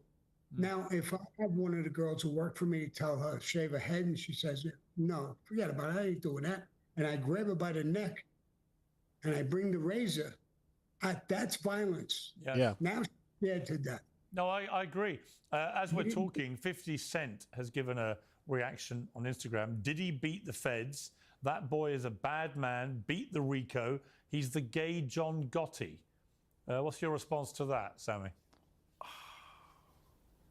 You know, I don't like the thing. I don't think that Diddy's gay. At most, I think he's bi, because he was like he was into like watching guys having sex and all that. But I don't think that he only likes guys. I think he likes women too. That's why he was with that girl for like forever. So I would say, I wouldn't say he's gay. I'd say he's bi. I think he's half gay because of what he meant with women and men, so you could call him gay. John Gotti was not gay. John Gotti beat the government. He was flamboyant. You may not like his style, but to label him as gay. To be clear, he doesn't call him. I think he's saying he's the gay version of John Gotti, because Gotti, of course, did beat the rap as well. So I think he's making the point that Diddy is the gay version. He's not actually saying John Gotti was gay. Yeah. Okay, I understand it a little better now. If that's what they want to call him, that's up to them. All this mudslinging about all of this stuff, whether he's gay, whether he's black, whether he's... Man, I just love this mafia boss. I love that they have a mafia boss, like a literal fucking mafia boss. And he's just here talking about, man, this is how they get you. And let me tell you why they couldn't get Diddy. I have experience with this. You know, I've been part of these trials before. And, you know, I even love like the freaking sofa or whatever that he's got going on. And he's got that like that hat, you know, he's got the vest and everything. Like he had like some sort of cigar or some shit. He's just smoking it. Like, man, this guy's the real deal. And his accent too. Whatever, you know, that's all bullshit. You have a case. The government screwed up. They hit him with a RICO case.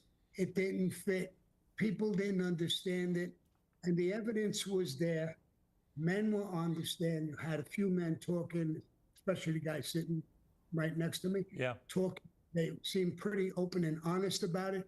Doesn't matter if he's black or white. Doesn't matter if he's gay or straight. He's telling you the truth. It sounds like the truth. And the woman basically is saying the same thing. So why would I not believe him? Because he's black? Yeah, I think bringing his color into it and the gender thing, I didn't really get all that. Let me bring young it has Jock nothing back to in. do with it. You wanted to say something there. You put your hand up, I think. No, I'm following him. I'm loving what he's saying. But I did have a question, and I wish I could have asked one of the attorneys, but I could ask you guys. You guys are definitely have been around for quite some time and have seen some things. And interestingly enough, Mr. Sammy, as you knowing about RICOs and whatnot, I was wondering, had they not granted immunity to Diddy's so-called co-defendants, then I believe the whole RICO Act could have stuck, because all they had to do was incriminate Cassie alongside with him when she's putting together these freak-offs as well. Like you said, as you just spoke of, Sammy, her coming back after the incident in the hotel and saying, hey, you know, this is that. But when are we going to get back to what we normally do, our regularly scheduled programming with the freak-offs? Now, at that moment, it raised a lot of concerns for me, because I said, I wonder, at that moment, was that the moment she began plotting? That's a really interesting question. In other words, I do. So, Sammy, I think you understood it very quickly, but what he's saying is that was she basically covering her own potential criminal exposure by going after Diddy the way she did? She then couldn't become herself part of a wider RICO charge. Yeah, that's what I was saying earlier. Right, and you testified. She was granted in other immunity. Words, we used John Gotti. John Gotti got indicted. I was the underboss. I got indicted as well. No matter what I said, I was the RICO as well. So that you could understand the RICO. Now there was captains and lower level guys who were in the family. They were all getting indicted. That's RICO. That's crazy. After the whole organization.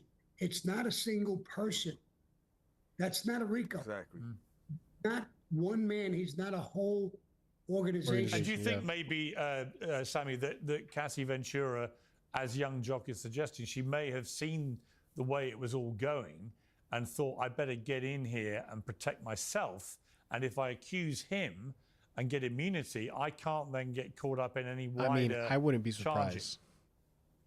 Probably. And then you take, a lot of women now in some of these cases that are coming up. Years ago, you had the Me Too movement.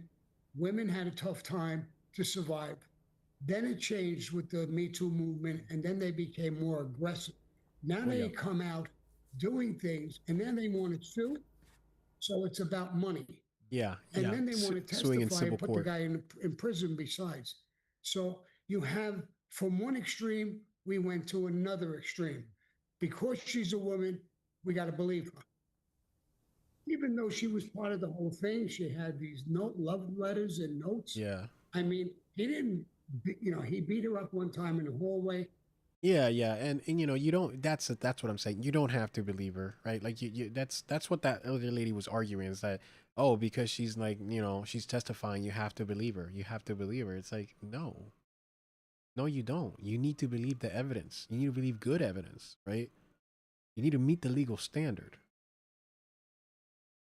That was a mistake. He lost his temper. He could have hit her and beat her worse. He was frustrated. He did what he did. That's a crime. He could have been on that one particular crime or certain things. But they couldn't get him for that because that was past the statute of limitations. So they couldn't, even though there was video evidence, If she would have done something about that, she could have filed charges at the time. But she wasn't going to file charges because she was still with him. And she seemingly really liked being with him. She was with him for 10 years. So, it is what it is. Everything that they brought against him, and it failed. It definitely failed. Young Jock, I interviewed Big Homie a few days ago, and he said this. I know if he walks, I'm going to be target number one, which is fine. I'm used to that. It's kind of exciting for me. He left the country, left America, Big Homie. He's Diddy's former bodyguard.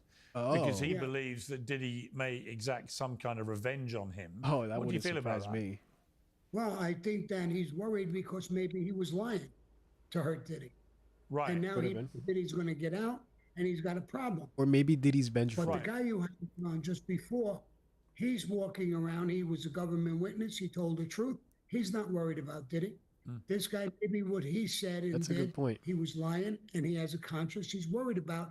Yeah, or maybe the bodyguard knows what Diddy actually does. Because that other guy, he wasn't with Diddy at all times. He was there, you know, a few times for the freak offs, and that's it. He was hired for that. He was an escort. You know, he wasn't there 24/7. That bodyguard was.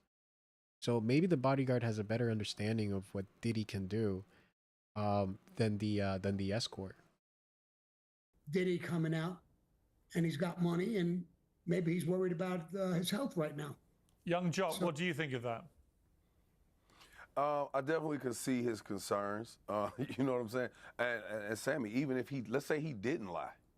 Let's just say, and Sammy, even if let's say he didn't lie.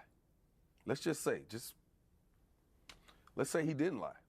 The fact that he's given up all of this information, which some of this information is kind of like, you know, what if it wasn't really this bad, but because I'm giving up this particular information, it makes it look that bad. You know what I'm saying?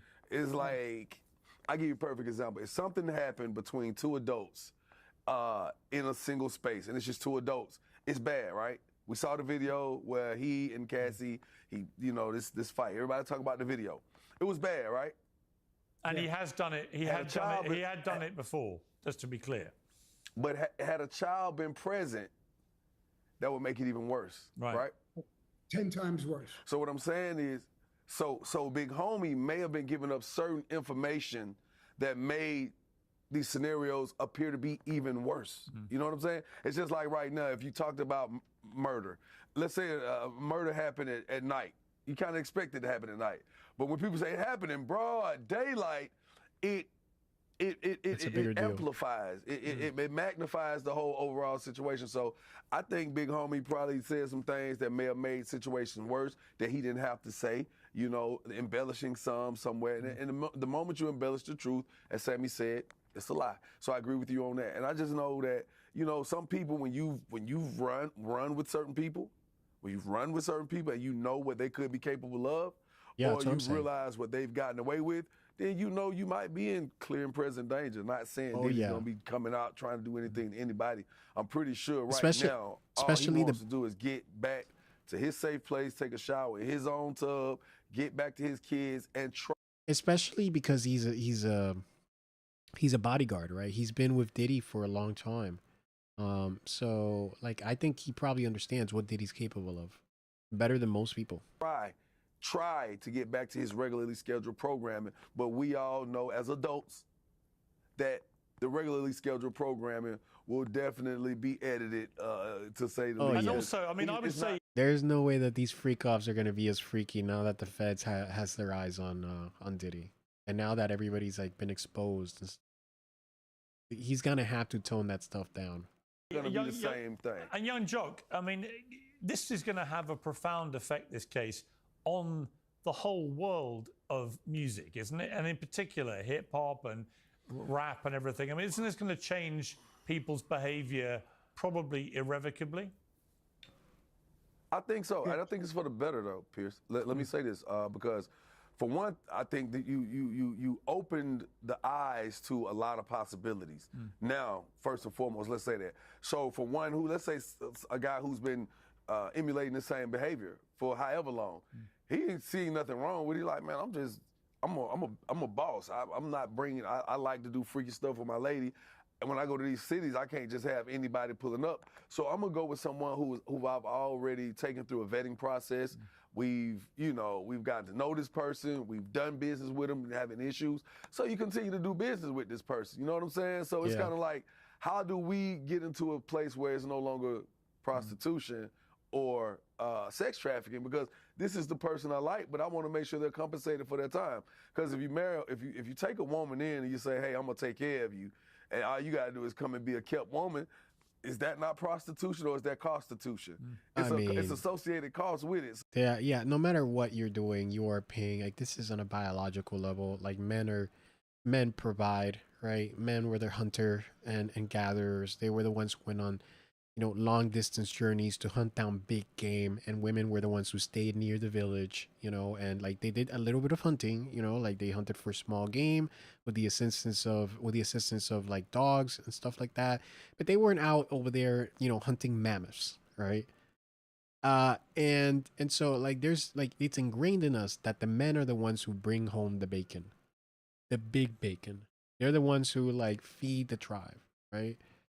Um, and that's just how it works even today. Women expect men to be able to, have resources, to be able to be strong, to be able to protect them, secure them, and to be able to feed them and their offspring should they reproduce. So absolutely, this is just how it is. You could view that as like some form of prostitution. It is indeed transactional. Um, it's just transactional in a way that's a little bit more obscured than prostitution, where you're literally giving somebody money directly there for the purpose of sex, right, and gratification. If you're dating a woman, it's not quite that simple, but the woman expects you to give her the money, right? Whether it is spending the money in the restaurant, shopping, etc. There is that expectation. So I think there's a lot of things, and the fact that he wasn't found guilty on those, then this may help in the future, because it kind of comes off like a cheat sheet, because now they don't have this situation of case law that they could reference back to and find people like other celebrities that you spoke of who may be living a kind of similar lifestyle. Right. You fly a chick in, you might not be paying for sex, but there's a cost involved. That's why I said prostitute and not a prostitute. Yes. Because if you do it for a fee, then it's professionally done. So it's a professional prostitute. Yes. If you just do it for a cost, right now, if I take you out to eat, baby, I'm not giving you the money directly for sex. But if we end up having sex later that night, it's almost like I gave you money for sex indirectly. Yeah. Yeah. Sammy, how long do you think Diddy's going to get in prison for? I mean, there's a maximum of 10 years on both counts of bringing prostitutes across state lines. Very unlikely he gets that. What do you think he'll end up with? But here's what I think is going to happen. I think the judge is going to give him bail. He beat the serious charges. He was in almost a year. He was packing up to turn himself in when they told him he was going to be arrested. The cops jumped the gun and arrested him, so he didn't run the first time. And I think the charges are not that extreme. He deserves bail unless they want to, overdo it because of the publicity. He deserves bail. He'll have some conditions. And I think if the judge gives him bail, they're not going to double up those sentences, like 10 years one, 10 years on the other one, running concurrently. The judge is following the law. He probably won't do that. He may give him a flat 10 on the whole thing. And if he doesn't give him bail, which he deserves right now, then he's probably going to double those 10s up. And he might wind up with 20. That almost tells you what the judge is thinking and what's going to happen, in my opinion. But could he get a much smaller sentence? I mean, 10's the maximum. Could it be? I mean, it doesn't seem on the face of it that it's a very serious conviction. But it'll embarrass the judge, the whole country, the legal system. They're going to push for at least a 10 or something like that. They want to get their hunk. They can't walk away. They're already disgraced. They don't want to walk away totally disgraced. And even if he gets 5 or 8 year sentence and he's in a year already, he'll do another 5 or something. And this time when he goes in prison, he's going to be fine. He's going to have guys who want to protect him because he's got money, take care of him, whatever. So I don't think he's going to get 10 years or even 20. I think it's going to be like, 2, 3, 5 at most. I don't see him getting, 10. Definitely not 20. And by the way, it turned out that he didn't get bail, which a lot of people think that's wrong.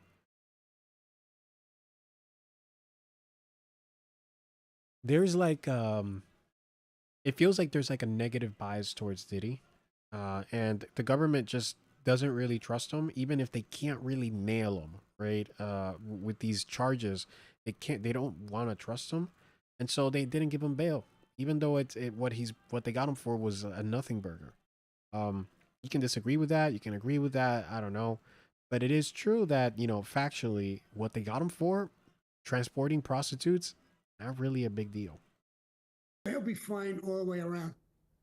And but it's up to the judge what he does with his bail. Right. He deserves a bail. I think most people would give him a bail.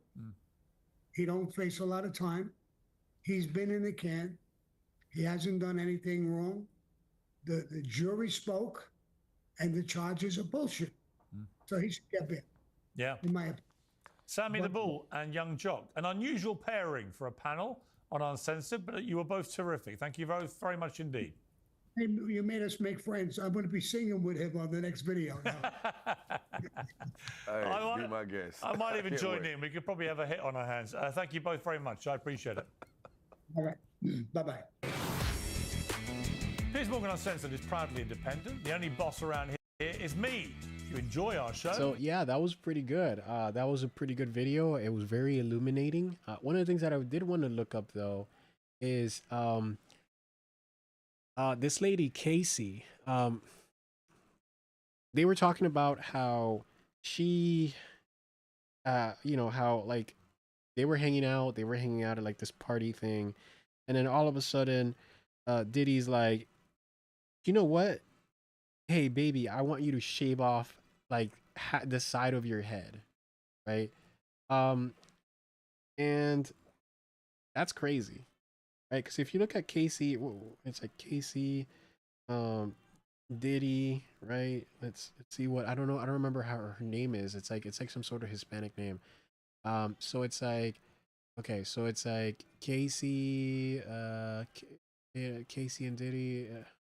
Oh my God, STD aborted baby. Hey, what's this about? We'll take a look at that. But you know, what is her name? Casey Ventura, right? So Ventura. So let's do that, and that's her, right? And she's obviously, I mean, she's a pretty girl, man. Like, you know, Diddy was an extremely successful guy, right? You can, yeah, sure, Diddy has no issues landing a pretty girl, but she was pretty, you know. And I'm trying to see if I can find these pictures of her in with the shaved hair. Right? Oh, here we go. This is, oh no. There it is.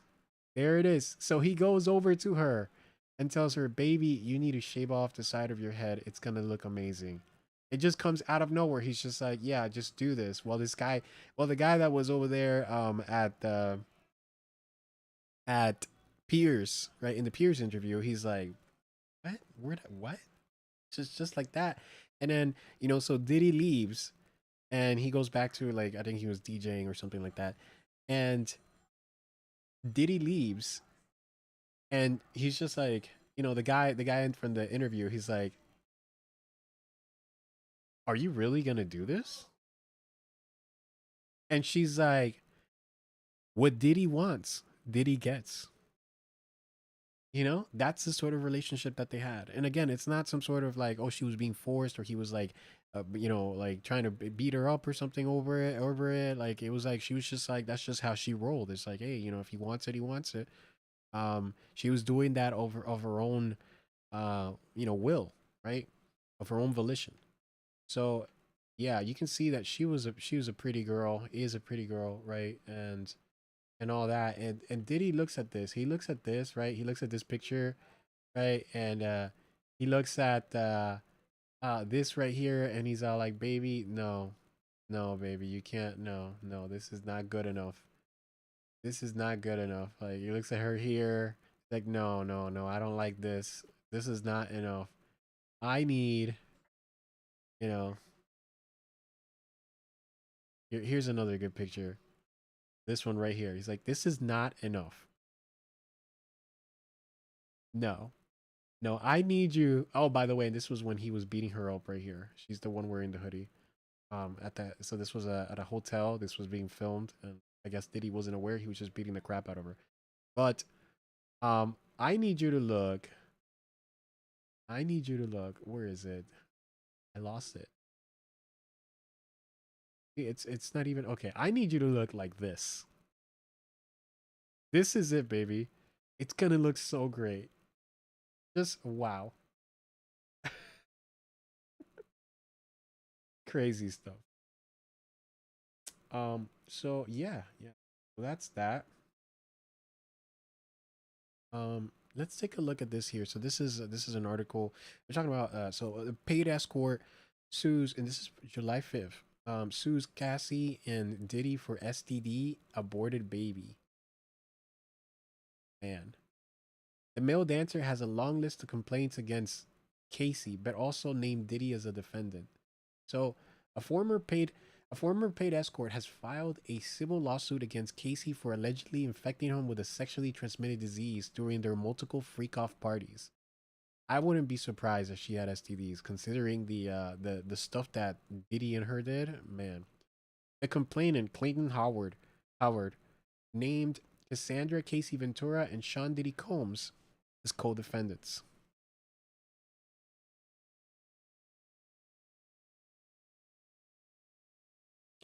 He claims in the lawsuit obtained by Complex Magazine that he was hired by Diddy and that he and Casey coerced the many sex participants to consume powerful narcotics and alcohol during the many debaucherous parties. Yeah, this is the thing that we've heard a lot of.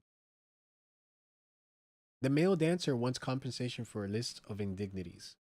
Finally, Howard is looking to reap compensation for Casey allegedly aborting a baby that he helped create without his knowledge. Yeah, I mean, that is the society that we live in, man.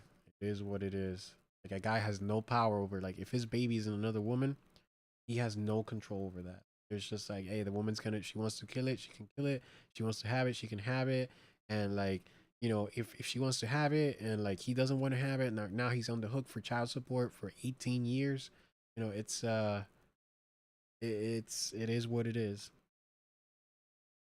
Howard says his involvement began in 2009 when he was hired for what Diddy called freak-offs. These were wild sexual gatherings involving multiple partners, drugs, and, Howard claims, a toxic environment shaped by Diddy and Casey's abusive relationship.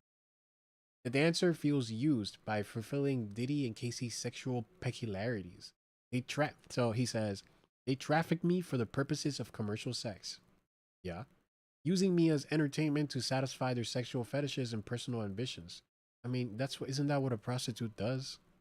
Like, isn't that, I thought that was the whole job. Um, so let's see. Howard alleges Casey convinced him to take ecstasy and coerced him into repeated unprotected sex. He says that encounter led to him contracting a sexually transmitted disease. One of the things you have to keep in mind about ecstasy is that it is literally, like, unlike cocaine and most drugs, it is literally a neurotoxin. So this thing actually directly kills your brain. Like, not like, because like with cocaine doesn't actually, like, it doesn't actually like directly, attack your brain cells and kills them, right? So like the way that a snake works, a snake has something called a hemotoxin. When the snake bites you, the hemotoxin then goes and kills directly your blood cells, and then without blood cells, your body can't transport oxygen across your body, and then your body dies, right? This is basically snake poison for the brain. Not like cocaine, not like heroin. Those don't do that. So if you do X, just keep that in mind. X and methamphetamine both do that. Meth does that. So that's just like, if you want to keep your brain cells, probably don't do those. So they convinced him to take ecstasy and coerced him into repeated unprotected sex. He says that encounter led to him contracting a sexually transmitted disease. Okay, which one? The answer says Casey gave him STD and hideous sores. He got herpes. She continued having unprotected sex with me, he added. Predictably, Casey became pregnant, but she aborted the pregnancy without telling me, he said in the legal documents.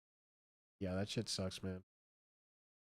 Howard says he was traumatized after Casey forced him into abnormal acts, including masturbation for multiple hours at a time. Yeah, that would fucking suck. So he says it resulted in tears, skin peeling, and scabbing to my penis. Penis scabs? Holy shit. Jesus Christ.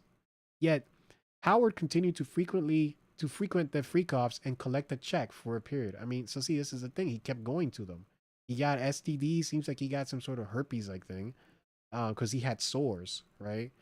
Um, and he kept going to them, and like, you know, like I guess they must have been paying big money. Despite the reprehensible behavior that took place at the freak-offs, Howard continued to answer Diddy and Casey's calls to populate the parties, claiming that the manipulation by both Diddy and Casey lasted for, come on, man, 5 years?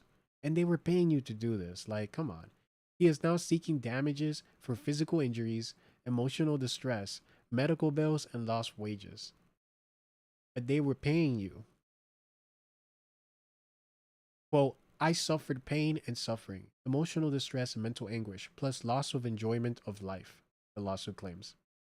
Howard's name surfaced frequently during the 2-month-long trial, though he was never called to the stand to testify. It was alleged by prosecutors and verified through receipts that Howard traveled to Los Angeles and New York for the multiple freak-off parties, and that he stayed at the Four Seasons on Diddy's tab. See, so like, I mean, he was in Diddy's tab. Like, come on. Neither Diddy nor Casey has publicly responded to Howard's accusations. Diddy was eventually found guilty on the two charges of transportation to engage in prostitution, faces up to 20 years in prison. The disgraced bad boy boss was, however, acquitted of the 2 most serious charges of racketeering and sex trafficking. So see, I mean, this sucks. If true, this sucks, but like this, I'll be real. This sounds like to me like somebody who is like, you know how they were saying in the Pierce interview that some of these people are looking to do like civil lawsuits because they want to get money out of a rich person, right? Like they're not even filing for criminal charges. They're just going for a civil lawsuit because they want to get paid, right? This sounds to me like this guy wants to get paid. Because like there's so many red flags. Like, okay, so he got some sort of STD, you know, maybe it was a bad one, I don't know. He got Casey pregnant, she aborted his baby, you know, like she forced him to like masturbate like to the point where for like hours, to the point where like ripped his penis, the skin of his penis, and it resulted in tears and skin peeling and scabbing on the penis. You know, she did all of that, and he kept coming back, not once, not twice, but he kept coming back for a period of 5 years. And he kept getting a paycheck every time. They were paying him for this. Like, what? Come on, dude. Like, are you serious? And you didn't even do this then. You do this now? You get 5 years worth of paychecks from Diddy, and now you're like, oh no, actually, no, I didn't want them. And he's suing them for lost wages too. I'm guessing it's because he, you know, of the like damage to his penis, right? And made it so that he couldn't work as an escort. So like, I don't know, man. This is just dumb. So yeah.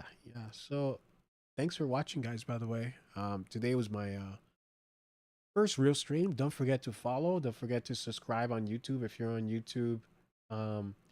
If you're on Twitch, don't forget to follow my stream. If you're on Kick as well. And thanks for watching. That's gonna be all for today. That's gonna be all for today.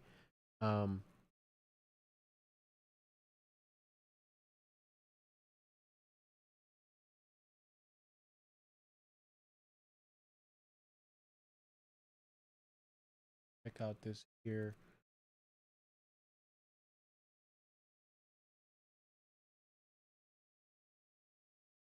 I mean, I set the bit rate up to whatever the normal thing.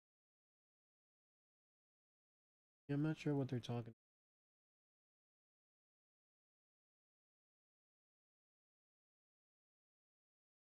But yeah, it's a pretty good stream. Thanks for watching, guys. Appreciate it. And I will be here tomorrow for some more V4. So